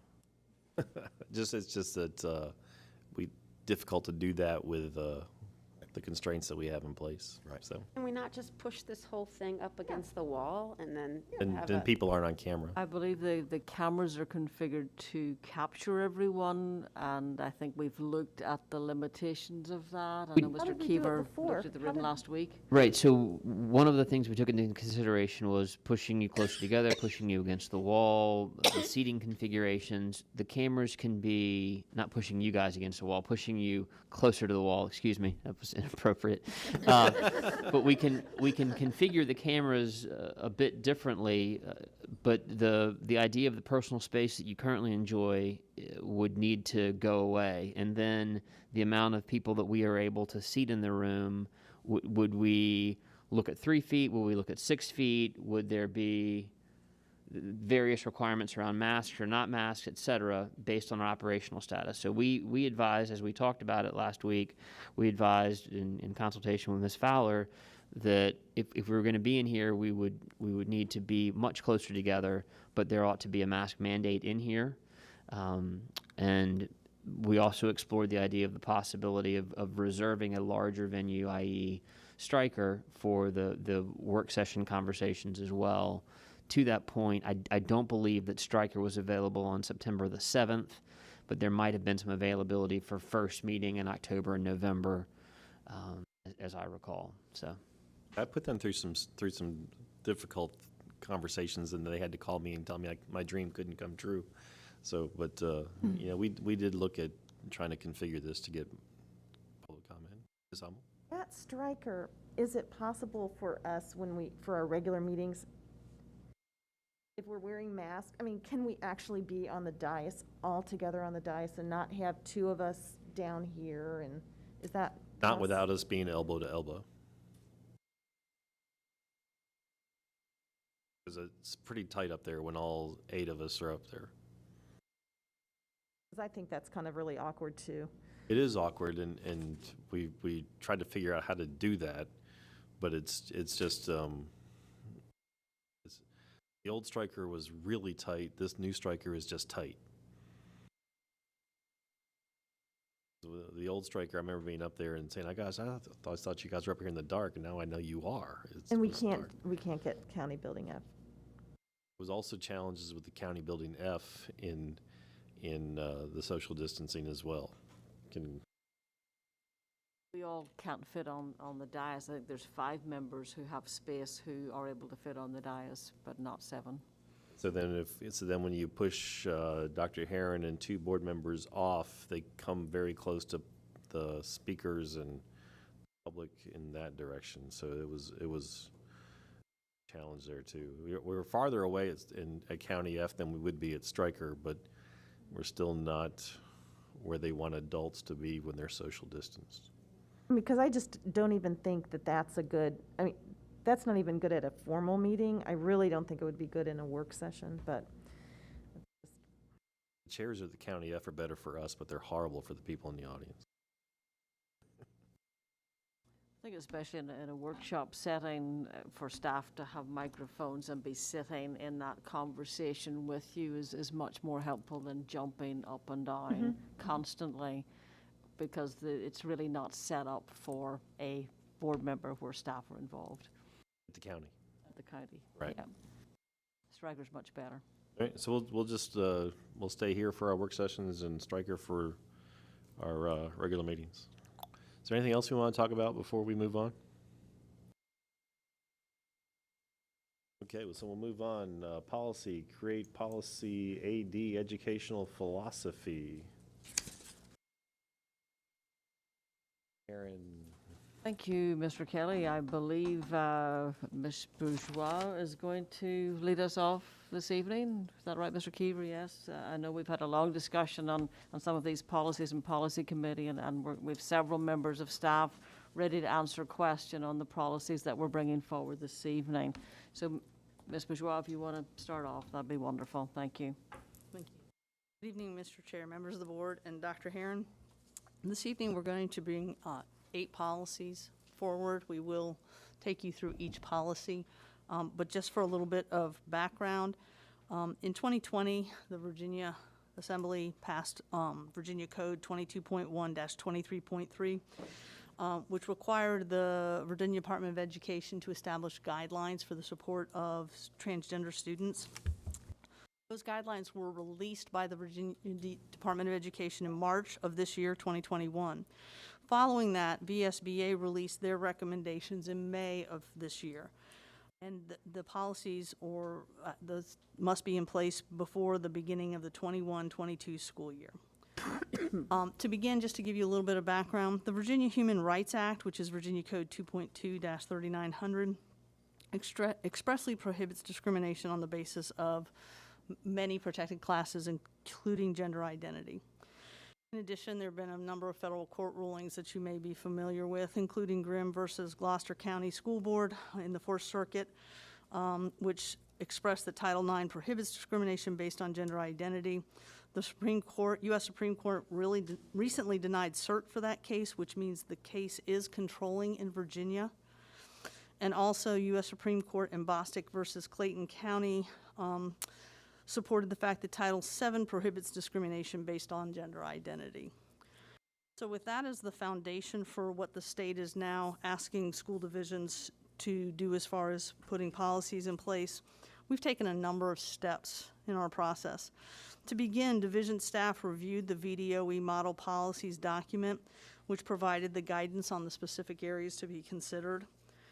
Once the VSBA policy recommendations released in May, we also reviewed those and compared them to current WJCC policies to be able to identify where there was alignment in our current policies. The team's work was shared throughout the process with senior leadership and with ongoing guidance from our legal counsel. That happened throughout the process. Based on all of that work, the recommendation that's being presented to you tonight is to follow the VSBA recommendation to ensure policies that WJCC has in place support transgender students. We make that recommendation for a number of reasons.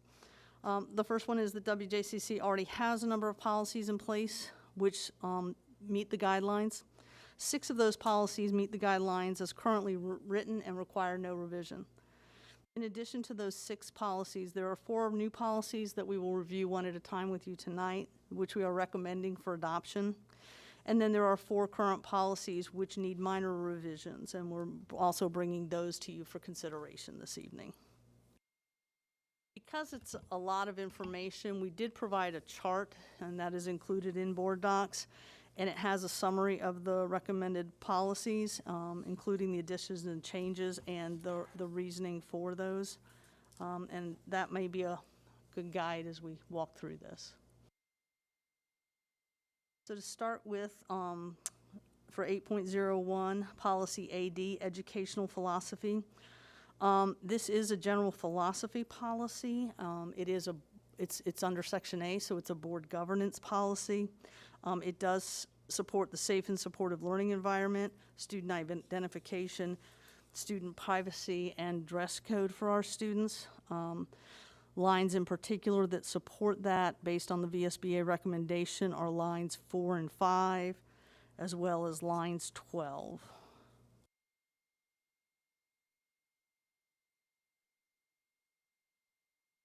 Ms. Owenby. Thank you, Mr. Chair. Ms. Bourgeois, I was just curious, in line 5, when this policy speaks to every student, is there a reason why we don't spell out the protected classes? And we just say every student and leave that up to interpretation to determine what that means? This, I think, we do spell those out in other policies. I think that this is designed as a general philosophical policy for the board governance. This mirrors VSBA, so that would be my interpretation. I'm just curious what other board members think about not spelling out the protected classes, or what the conversation of policy committee was. I appreciate that, Ms. Bourgeois. But, like, Ms. Hummel, I think that when Mr. Dowell and I were looking at this, it was just the overarching, big picture Foundations and basic, yeah. foundations, and it didn't need to get down to the level of spelling out different things. And by the way, we see themes of woven within this code and section found in many other areas within our current policies. Okay. And every student's every student. All, right? Hopefully, but All. appreciate the conversation. Any other thoughts, comments? I want to pursue that a little bit. What do you mean? I mean, you were talking about, I like the way it's written right now, personally, because I do too. I was just curious what that thought process was, because I know that in other policies we do spell out the protected classes, so I was just curious. because I do think it's an overarching statement. Okay. So, any issue with this? I'll be on the consent agenda for the next meeting.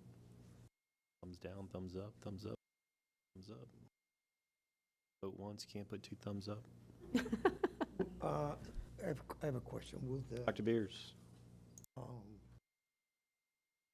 all the cross-references and the subsequent, yes, is that gonna, will that also be part of the policy?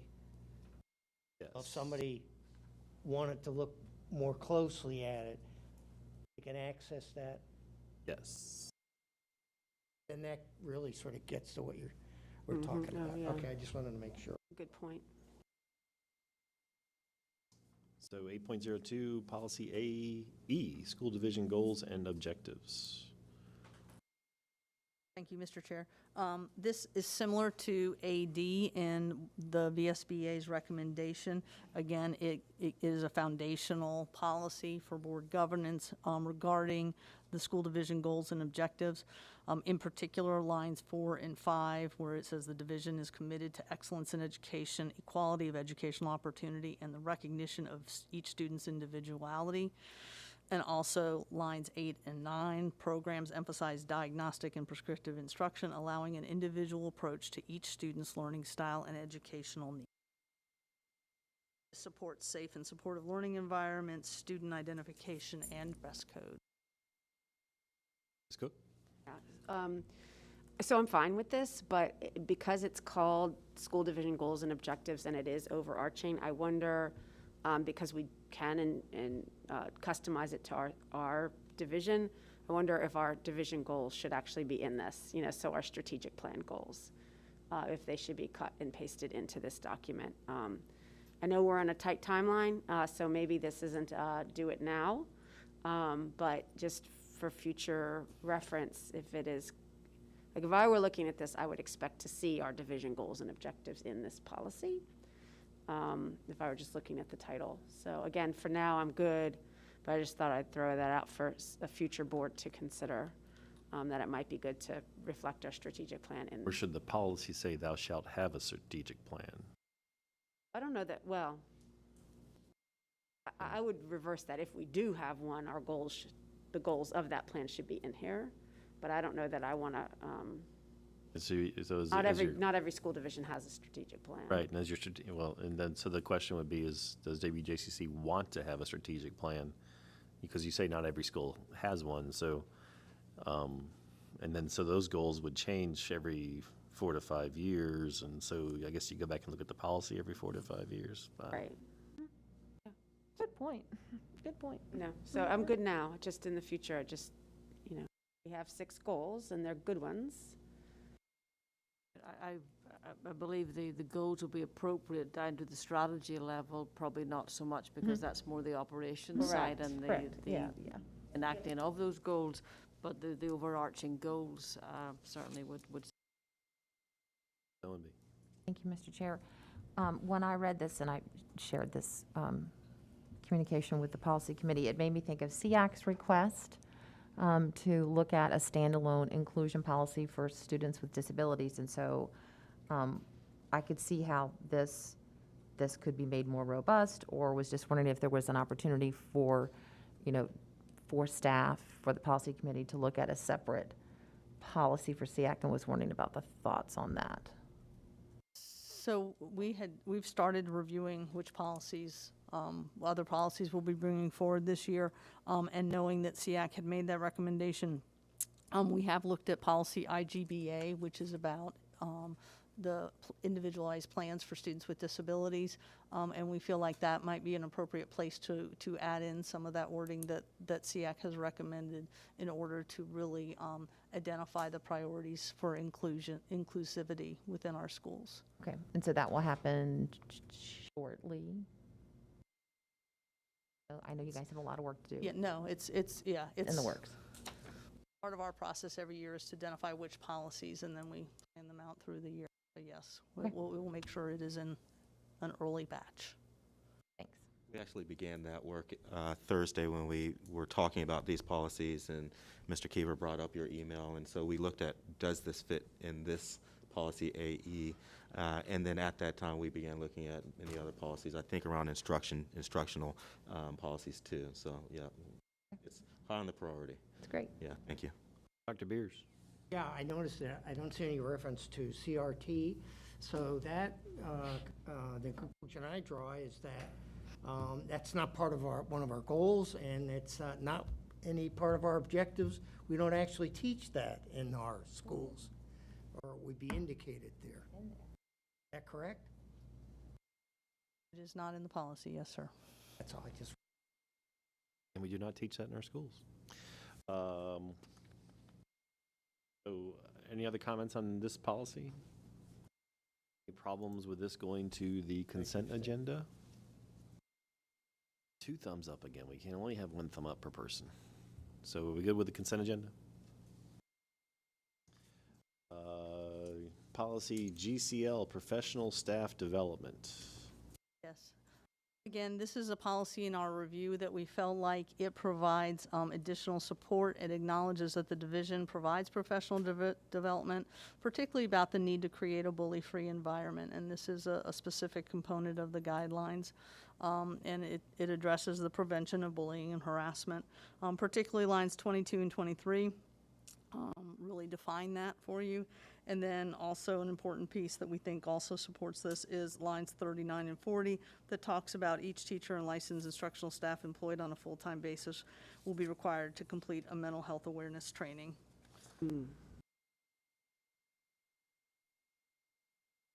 My reflex on this is that if we listed all the professional development that we require our teachers to do, this would go on for pages. Correct.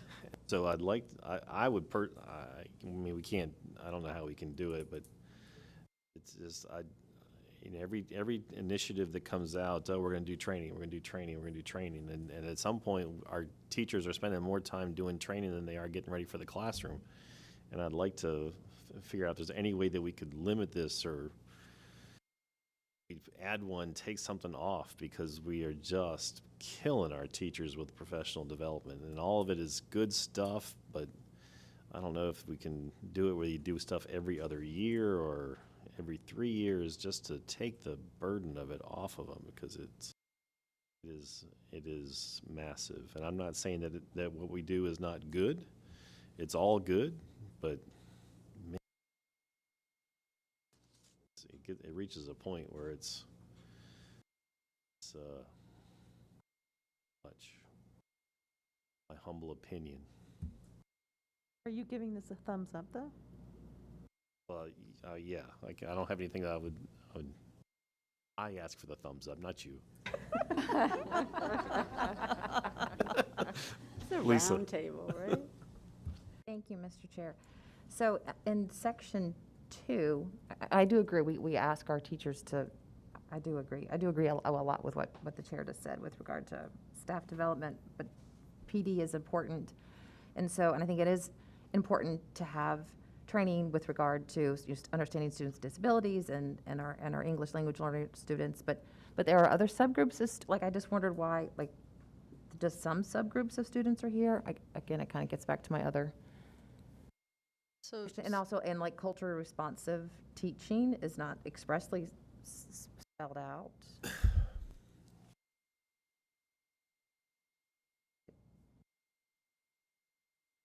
Culturally responsive teaching did not come up in our discussions, and if it had, I would not have been supportive of it, Well, just to be clear on that. Well, my point is, it's not there.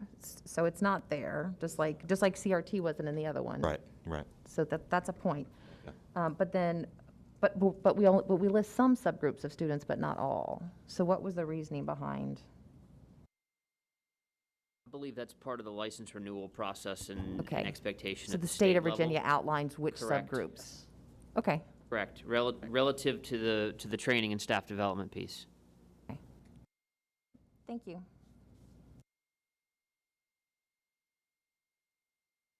Any other comments, points from board members?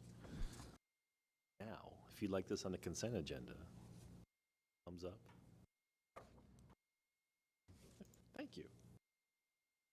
Policy IA, instructional goals and objectives. yes, Mr. Chair, this is the final new policy that we were recommending for consideration. While much of our instructional goals and objectives are embedded in some of our other I policies, we identified this upon our review of all of our policies as being comprehensive in addressing all courses, and therefore we felt like it was important to include, particularly in lines 6 through 9, WJCC School Board develops and implements a program of instruction for grades kindergarten through 12 that is aligned to the standards of learning established by the Board of Education and that meets or exceeds the requirements.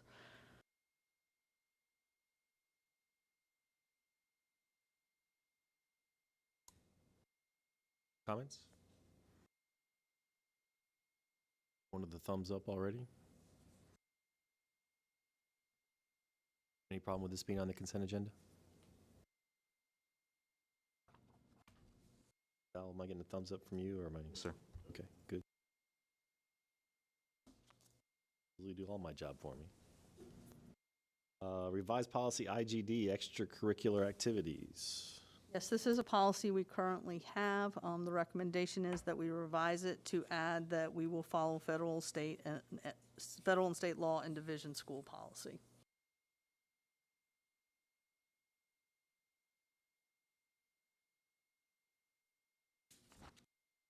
Okay. Any comments from board members? Seems like following federal and state law seems to be a good thing to do. So this will be on the consent agenda. Right, moving right along. Policy AC, non-discrimination. Yes, Mr. Chair. This one is, again, a board policy. It is one where we do identify the protected classes, and we are recommending in the revision that we add gender identity to that policy. Use big B to little b. That too. Any questions or comments from board members on policy AC as it's presented? A quick comment from me because this is one of 3 where me and Ms. Hummel, we're kind of on different sides of the coin on these policies, on these 8 policies. While I agree with the, I guess, appropriateness of the original 5, there's some redundancy there, but I can live with that. The appropriateness is there. And I appreciate, Ms. Bourgeois, you headlining these conversations with all the different judicial entities that recognize gender identity in their findings. I struggle with inserting gender identity in existing policies that have already been serving our student population very well, protecting all students. Everyone, I say all students. And I want to acknowledge that I understand that we have many gender dysphoric students in our school division, many that we're even unaware of, and yet they're part of the all that we care about and that we're mandated, constitutionally mandated to protect and to serve and to treat with dignity and respect. But I find that there is a lie fed in our culture today, and that's that an individual can have more than one gender, not merely two gender, and that only that individual can know what their gender is, what their gender identity is. Looking at, we had this, part of this discussion in our policy committee, was interested to bring this to the board, but looking at the model policy from VDOE has, I don't know how many different phraseologies and terminologies for gender identity, gender nonconforming, gender transition, gender expansive, diverse, gender fluid, gender non-binary, agender, gender queer, and it goes on. And so we have this, in my opinion, this lie being constituted by our public society right now that says you can be whatever, whomever, whatever you decide at any given moment, and, leave it to us to kind of figure out where you stand. According to a Desistance and Persistence of Childhood Gender Dysphoria study conducted in 2019, more than 84%, and this is very important to me as we talk about protecting students, more than 84% of children who experience gender dysphoria desist by the time they reach adulthood. They no longer experience those feelings of discomfort within their own body, within their own flesh by the time they reach adulthood. Interestingly enough, in 2021, a more recent study of the same form concluded that desistance of gender dysphoria, while still prevalent, fell to 70%, from 84% to 70% in 8 years. And so the question begs to be asked, what's the cause of the regression in gender dysphoria desistance? Studies such as this conclude that regression is due in popular society transitioning from listening to students, listening to children as they say they feel like they're a boy or they feel like they're a girl, to society affirming that they are in fact what they are not. And that's not me saying that, that's these studies that we can reference plainly. So the school's role should never be to affirm the presumed or preferred identity preference of a gender dysphoric student, especially when there is quantitative evidence that a vast majority will grow beyond puberty and become accepting in and of the body that they were created.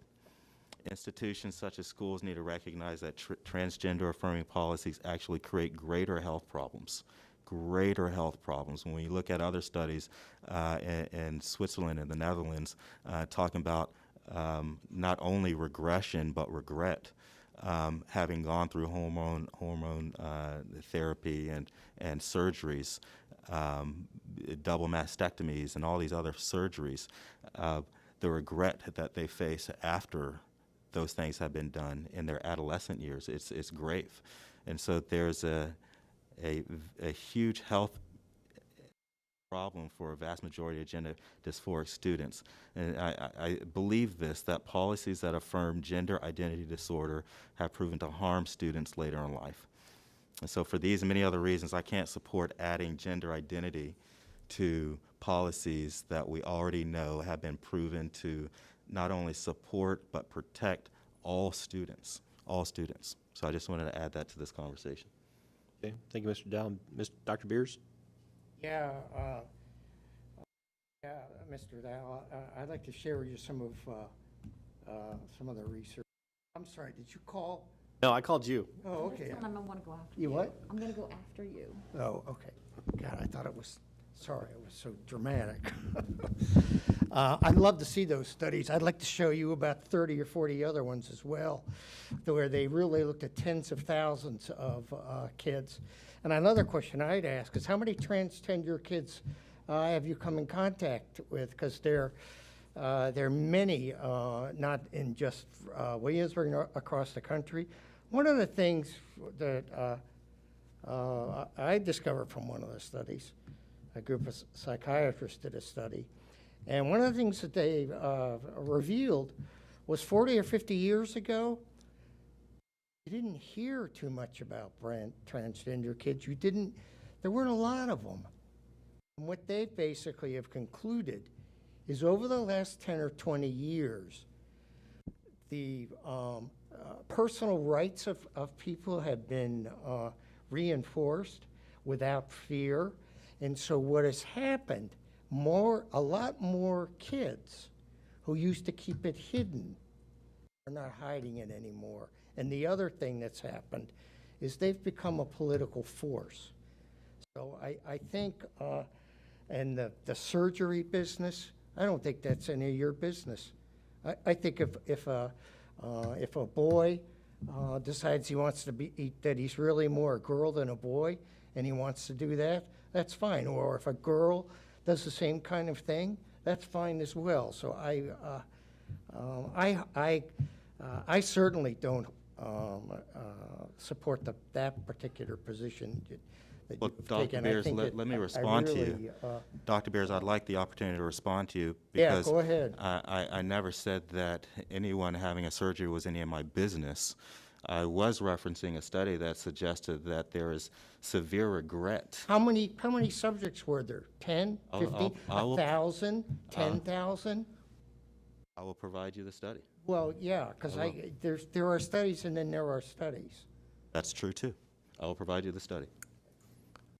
Ms. Ellenby. So I sorry. still don't, I don't agree with that. I wouldn't It's been expect you going- to. That has been going on Yeah, I understand. for But a that's my long, long stance. time. That's where I am on the subject, but I'll provide you the study. Ms. Ellenby. Thank you, Mr. Chair. I have a process question, and then I have a comment. So we're being asked by the General Assembly to uphold, what is it, 22-31, whatever. So are we required to include gender identity in our Yeah. policies? Is that true, Ms. Bourgeois? That's a process question. And then I have a comment.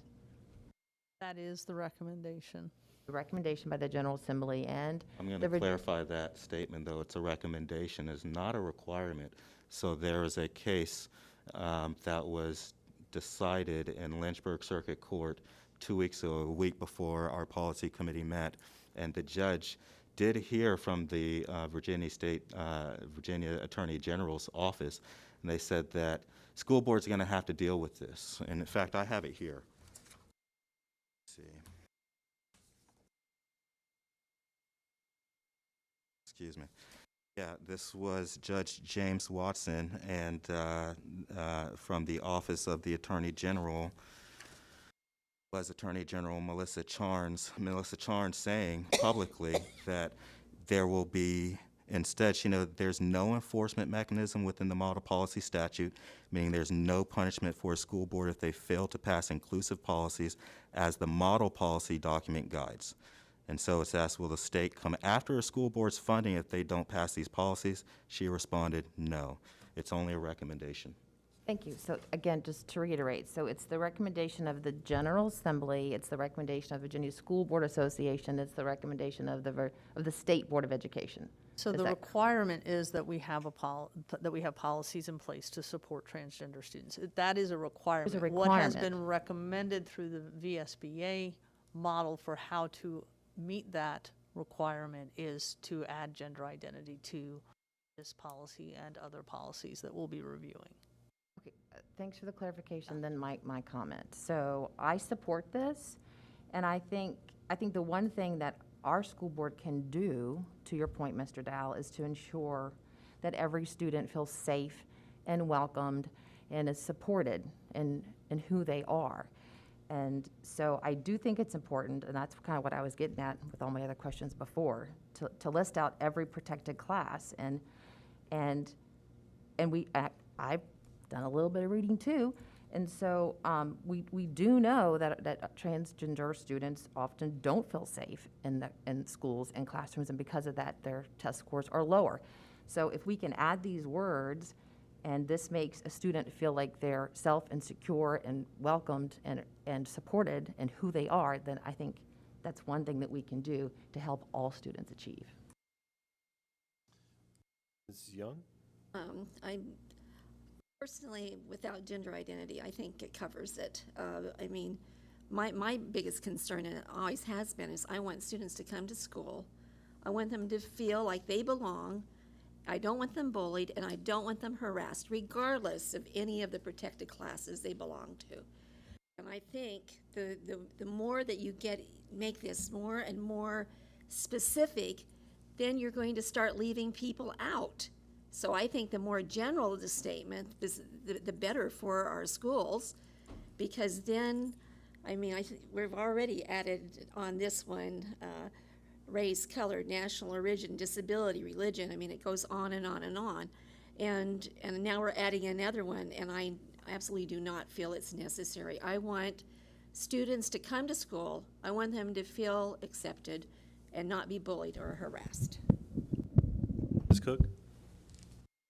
Thank you, Mr. Kelly. Ms. Bourgeois, I'd like to build on what Ms. Omby said, and you hinted at this, but General Assembly is requiring that we have these policies, and the language is recommended, but this is time sensitive. It has to start. These have to be adopted before school starts. Also, I trust you talk to our attorneys, and what did they say about these? So there were, there were a number of ways that we could have addressed this, and so we discussed through those. He feels like this does meet the general requirements. He feels like it is global in how we're addressing it. He feels very strongly that if we don't put policies in place, that there is we're creating a potential liability for the division because we're not following state code. Mr. Dow is correct that the state has said there won't be a financial burden, but we are just not following the state code, and therefore you're creating a potential position for the school division. Okay, thank you. But the attorney recommends these policy changes, in short. Okay, thank you. So I concur with what Ms. Ownby said, so I won't take the time to repeat that, but I agree with everything you said about students. Ms. Young, I hear what you're saying about general, and I get that, and I think it's a very compelling perspective, but what it doesn't do is provide accountability. Our policies are things that we hold ourselves to and our division to, and so when we add another protected class, we are committing to holding ourselves accountable to that protected class. So for that reason, and for what Ms. Ownby said, I absolutely support this. I understand if it can't go on the consent agenda because this isn't something we tend to agree to, so I would expect that it would not, but I absolutely support this policy and the other ones that are coming for the same reasons, and plan to vote in favor of them at our next meeting. Dr. Beers? Yeah, I would say the main reason these various groups have been identified in policies, disabled, region, color, ethnicity, gender, is precisely because those are the groups that have been persecuted, discriminated against. They have to be identified. They have to be put in there. And it's the same thing that's true with gender fluid kids, is that has to be identified. They have been killed. They have been attacked. They have been discriminated. There are bullies out there, and to to simply say we want to make sure that all kids get all the things that they deserve, I think it's it just sort of glosses over it, and I think it's really important to name the people, to name and that's the other, it's not just a class. They're people, they're individuals who have been attacked. That's why those laws and regulations have been passed, is because they have been discriminated against. I feel really strongly that the language that we have now is fine, and that's why I asked about those subsequent statements after the references, that those are part of the policy, and they clearly identify. Mr. Dow? So as I listen to you, Dr. Beers and Ms. Cook, and I appreciate your comments. Ms. Young, what you shared and what you commented on, Ms. Cook, is was one of my positions in the policy committee meeting. You know, I hear you, Dr. Beers. They've been injured. They've been, as you said, killed. I'm seeing this. I'm looking at it. Regarded to sex, gender identity now is the proposed nomenclature, additional nomenclature. Race. Should we put after race black? Should we put after race Hispanic? Oh, that's the conversation that we're having. I'm not. That is splitting hairs. No, that is splitting hairs. It's the category. And so I would just offer that as my perspective on, again, what Ms. Young has offered. Do we add every protected class? I don't think we do. Again, as we set out, as I began in my comments, to me, all means all. Every single person and their inherent value is protected. Right, okay. Thank you. I just think to me, that's just glossing over it. Just I said that before. Ms. Hummel? If you don't identify it, what are you looking at? The person. The person. We're looking at the person. Well, Okay. All right. A person is very complicated individual and may be in any number of these different kinds of groups. So it's not. I don't think it's as simple as that. I'm going to Ms. Hummel. Thank you. So as Mr. Dowell and I met earlier in policy, as he mentioned, we came kind of from different angles on this. I am, without getting really involved in the larger conversation of transgender and all that, I am protective of the school system from a legal standpoint. That is where I'm coming from. So if we have the lawyers recommending that litigation could be avoided by adding, by making these recommendations and putting them in place, I'm in favor of that because I just think I can't imagine what the Gloucester School Board has gone through the last 3 or 4 years. I mean, I just can't even imagine it. We are dealing with COVID. We're dealing with so many masks. We're dealing with so many issues. If there's a way for us to protect ourselves as a division legally by assuming these recommendations, that is the position that I would like to support. Ms. Young? I guess the only other thing I will add to this, among all of these policies that are coming forth, I think one of my greatest concerns is that we protect teachers and people who may or may not agree with any on this list, regardless of what it is. But I think it's very important that when we come up with a policy, that we're also thinking in terms of, I mean, we're not only responsible for students, and our work staff, because I assume that this is not just about students here, because if you read that, it could also apply to teachers. But I think it's important that for the opposite side of that, for people who are looking at that and going, wow, I don't want to end up with a case that came before Loudoun County where they put a teacher on suspension, and that was overturned by the court. But I think that any policy that we come up with needs to make sure that it's protecting people also, and especially our teachers. I do not want any teacher that works for our division to have a problem. I mean, we do come from different backgrounds and different value systems, so.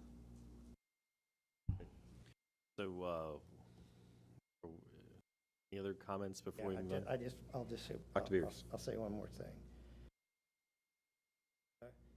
Children with disabilities have a very strong voice that supports them.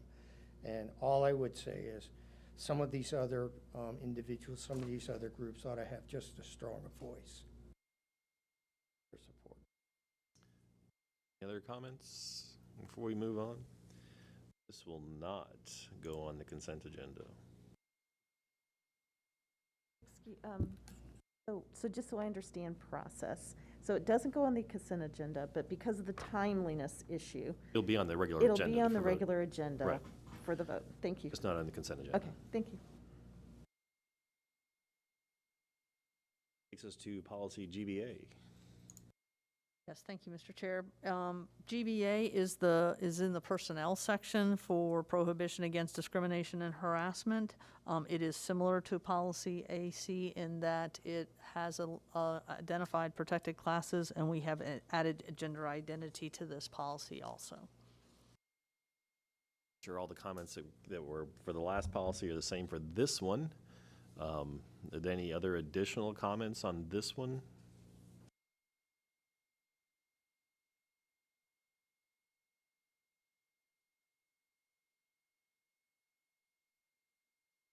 The child abuse and neglect reporting is just a change in the name. About that previous. Other discussion about this one? This one will not go on the consent agenda.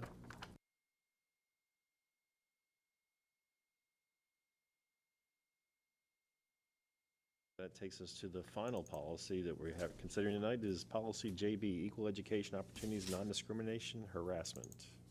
Yes, Mr. Chair. The policy GBA that we just discussed was in the personnel section. This is the student section of the non-discrimination, non-harassment, and it follows the two policies previous to it in adding gender identity, and it did also fix the capitalization of school board. It's added gender and gender identity. I'm sorry, gender identity. Well, no, it added both. If I'm looking at paragraph Looks like B. it was forgotten, Down yeah. in Looks paragraph like- B, because Yeah. it wasn't down there, it was, Yeah. gender was up higher, and then it wasn't down below, so we added it there for consistency. Because gender is up in the previous paragraphs. So in our review, we identified that as missing. A lot of S's and B's are going small. Yes. Any other comments on this policy? Mr. Dow. Yeah, not necessarily just around this policy, but all the work that staff had done to provide meaningful contributions to what we had to discuss, and I appreciate that, being thoughtful and consulting the attorney as early as you did, and then compiling all of his recommendations was really a game changer in us being able to do it so quickly, Thursday to now, and I do really appreciate it, all your work. Thank you. I just want to say I also appreciate the policy committee for getting together, opposite sides having good professional discussion. I think was meaningful and important. Serves the board well and serves the school division well. Anything else before we move on? Excellent, thank you. Tyler, I think you have time while I do some reading. Can I get a motion to approve the consent agenda? 9.01, approval of minutes from 6/15/21 meeting. 9.02, approval of minutes from 7/13/21 meeting. 9.03, revised policy DB, annual budget. 9.04, revised policy DIA, reporting per pupil costs. 9.05, revised policy, all those letters, acceptable technology system use. 9.06, retire policy IIBEB, Bring Your Own Device program, and 9.07 create policy GCBB-supplementary pay. Can I have a motion? So moved. Oh, sorry. Ms. Young? I was just going to say, Mr. Chair, I move that we approve the consent agenda as presented. There we go. Do I have a second for that? Second. Ms. Cook? Discussion? Ms. Aller? Mrs. Young, Aye. Dr. Beers. Aye. Ms. Cook, Aye. Mr. Dowell, Aye. Ms. Hummel, Aye. Ms. Ownby, Aye. Mr. Kelly. Aye, thank you. 10.01, approval of personnel actions. Can I get a motion for approval of the personnel actions as presented this evening? Mr. Chair, I move approval of personnel actions as presented. Thank you, Ms. Cook. Is there a second? Second. Thank you, Ms. Owenby. Is there any discussion? Talk about the assistant field hockey coach at Lafayette, but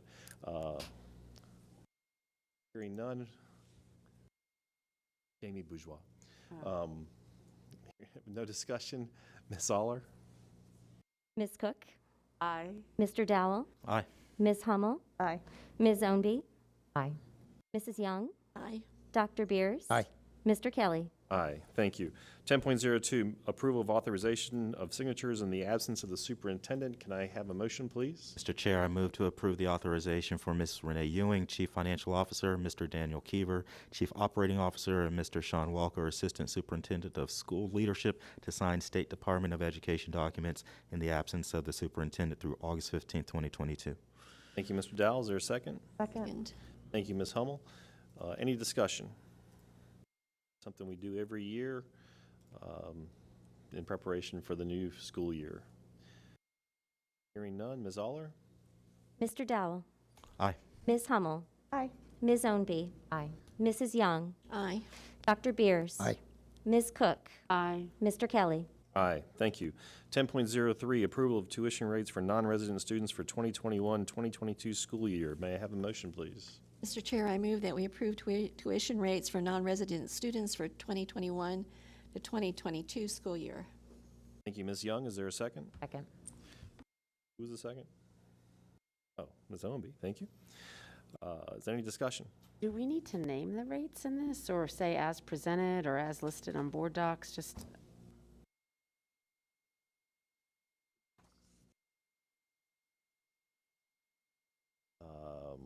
They are listed here. Could we just say as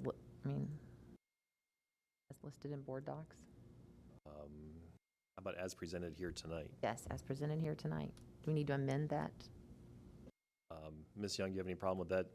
No, I Added to your don't. motion? Do you have any problem with the second, Ms. Owenby? No. Any discussion? Good clarification. Hearing none. Ms. Aller? Mrs. Young, Aye. Dr. Beers. Aye. Ms. Cook, aye. Mr. Dowell, Aye. Ms. Hummel, Aye. Ms. Ownby, Aye. Mr. Kelly. Aye, thank you. 10.04, approval of the revisions to Policy JN, Appendix A, student fee schedule for school year 2021 and 2022. Can I have a motion, please? I recommend that the board approve the rental request for storage space to Ideal Property Investments, LLC, in the amount of $360,549.17. But you're ahead of me one. I need you to do the approval of the revision to policies JN. You're ahead. Go to 10.3. 10.04. 04. Haven't got to 05 yet, Jim.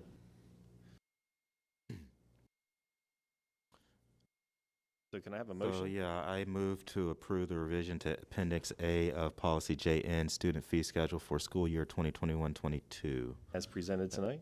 As presented tonight. Very excellent. Second. Thank you, Ms. Cook. Is there any discussion? Was you the second? Okay, Ms. Hummel. Doesn't matter.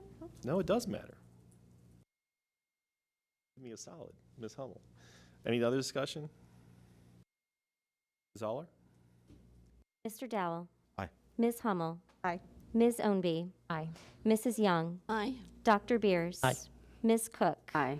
Mr. Kelly. Aye, thank you.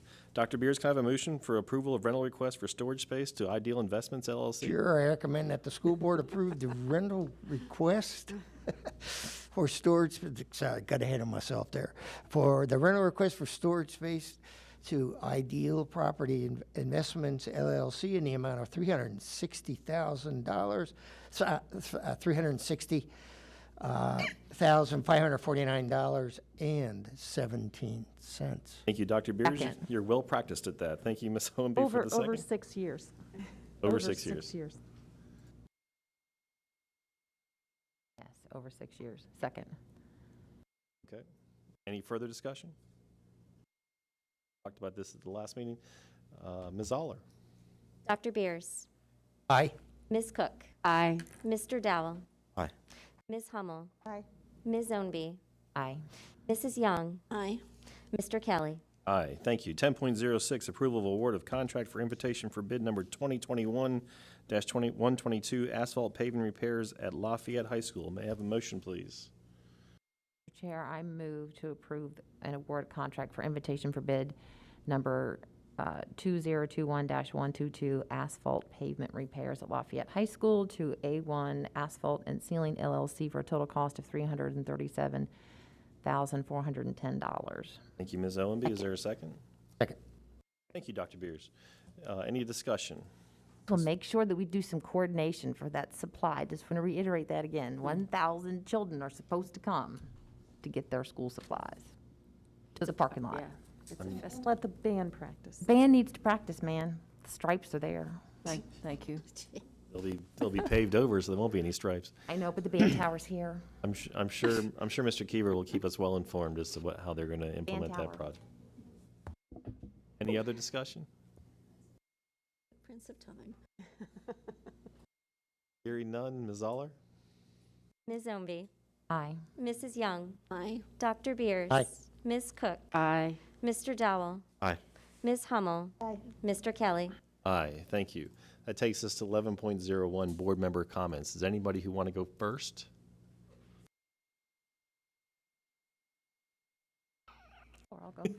Sure, I'll go first. I'll be very brief. Go. So I just want to congratulate our summer school students for wrapping up their studies this summer and welcome back our band students and our athletic students who've already started their 2021-22 school year and looking forward to school starting. It's right around the corner. So we'll go around the circle from there. Dr. Beers? Yeah, okay. I want to thank, I want to thank the staff for the continuing update of information about COVID-19. I can't stress how important that is, and I very much appreciate that information. Also, I wanted to thank the folks the people that came in and spoke today. While I may not agree with all of them, I recognize their right to speak and appreciate that as well. I would like to point out that if you look at our policies and you look at our curriculum and our instruction, you will find that nowhere in there do you find the letters CRT. We do not teach that in our schools. It's not part of our curriculum. It's not part of our objectives. It's not part of our instruction. I will probably continue to say that until I'm hoarse. Whenever I hear somebody come up and say what they think we're doing in our schools, and we're not doing that. That's all I have to say. Thank you, Dr. Beers. Ms. Young? Yes, I just want to thank, when I look at what we talked about tonight, I want to thank Julie and Craig for the long discussion, I'm sure, which you had about each of those policies. I appreciate your time and effort, and I appreciate all of the board having our discussion tonight. I think, to me, that's the value of these work sessions right there in a nutshell. And I want that to continue because it's important to me to know how everybody feels. And it's also part of my respect for this group that we operate in that way. Ms. Cook? Thank you, Mr. Chair. I just wanted to also echo what Dr. Beers said about people coming to speak. I know it's not as comfortable standing in the hall and waiting in line to come in here.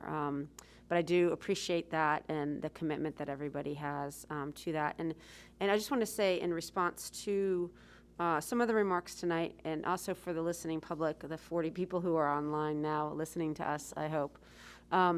It's part of our standard operating procedure. It's our custom that the chair responds to emails that are sent to the entire board. So it's just, if you don't receive a response from an individual, it's because the chair speaks for all of us. That's just how we operate. And I just wanted everybody to understand that. And then speaking of our standard operating procedure, we've talked, I think, a couple times in the last couple meetings about maybe revisiting that. So I don't know if that is on the radar of the policy committee. It is, and we've not forgotten that, and we got kind of wrapped up in tonight's business, but it is, yes. Okay, because that's... And we're close to that. Ms. Aller's gotten us information back from the attorney. And I'm, sorry, because you guys have worked really, really hard this year, but I think that's good to bring back. And then I have a question. I don't know if this is or just, I guess, our year-end spending request and the request to do the CIP amendment. We talked about it a couple meetings ago. Is that in the pipeline, Dr. Herron? Yes, Ms. Cook, it's in the pipeline. The Esser plan and all of the work for that took precedence over the end-of-year spending, which will be the next thing we'll start to move along. Okay, but thank you for your question. Thank you. That's all I have. Oh, okay. Thank you. Wow. Ms. Hummel? Thanks. I'm glad, Ms. Cook, that you brought up the point about the public comments and our standard operating procedure of not responding. I want the public to know that I read every single comment that comes in, and then I wait with bated breath for Mr. Kelly to respond to those comments. Because I know and he does speak for the board. And last year, gosh, all the work that Ms. Ownby did in speaking for the board. So I just want to say thank you for the chair for taking that on as part of your responsibility along with the standard operating procedure. So I appreciate that. And then just to make a kind of a board comment about masks, I also am like Mr. Kelly. I am not at all happy about this mask requirement.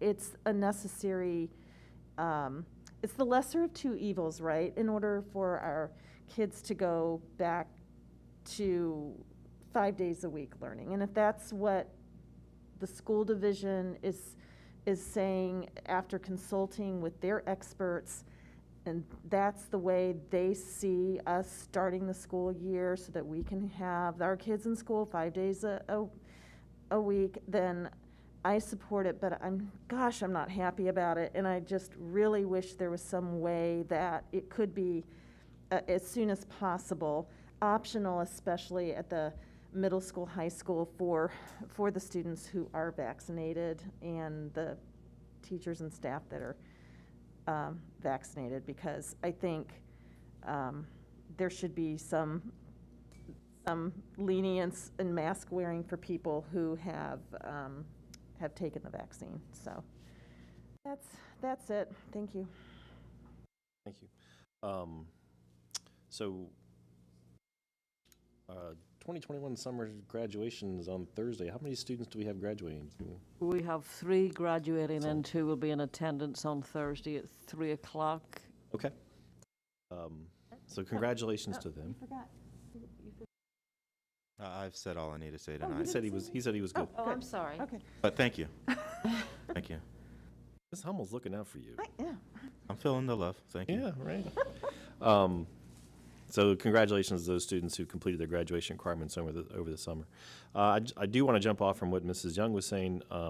We talked about a lot of weighty topics tonight. A lot of discourse in the community about those topics. There's obviously not a lot of agreement in the community. A lot of consensus. There's people on both sides of that. There, on pretty much all the topics we talked about tonight, and there are board members who are on both sides of the topic of all these topics as well. But I appreciate the tenor of the conversation. I appreciate the professionalism that's exhibited by this board While we don't all agree, I appreciate that it reflects well upon individual members, it reflects well upon the board as a whole, and it reflects well upon our school system when the board acts with civility and respect and professionalism towards each other. And so I just want to say that I appreciate all of the discussion and all of the public comment tonight. I think the tenor of that discussion, while there isn't necessarily, like I said before, consensus about those issues, I appreciate the tenor of the discussion and maintaining the civility of the discourse. So I thank you for that. Ms. Cook mentioned there's 40 people online, but there are many more people who watch this thing over and over, which is kind of...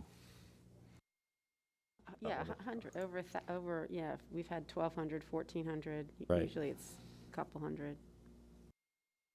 Only 500 of those are you.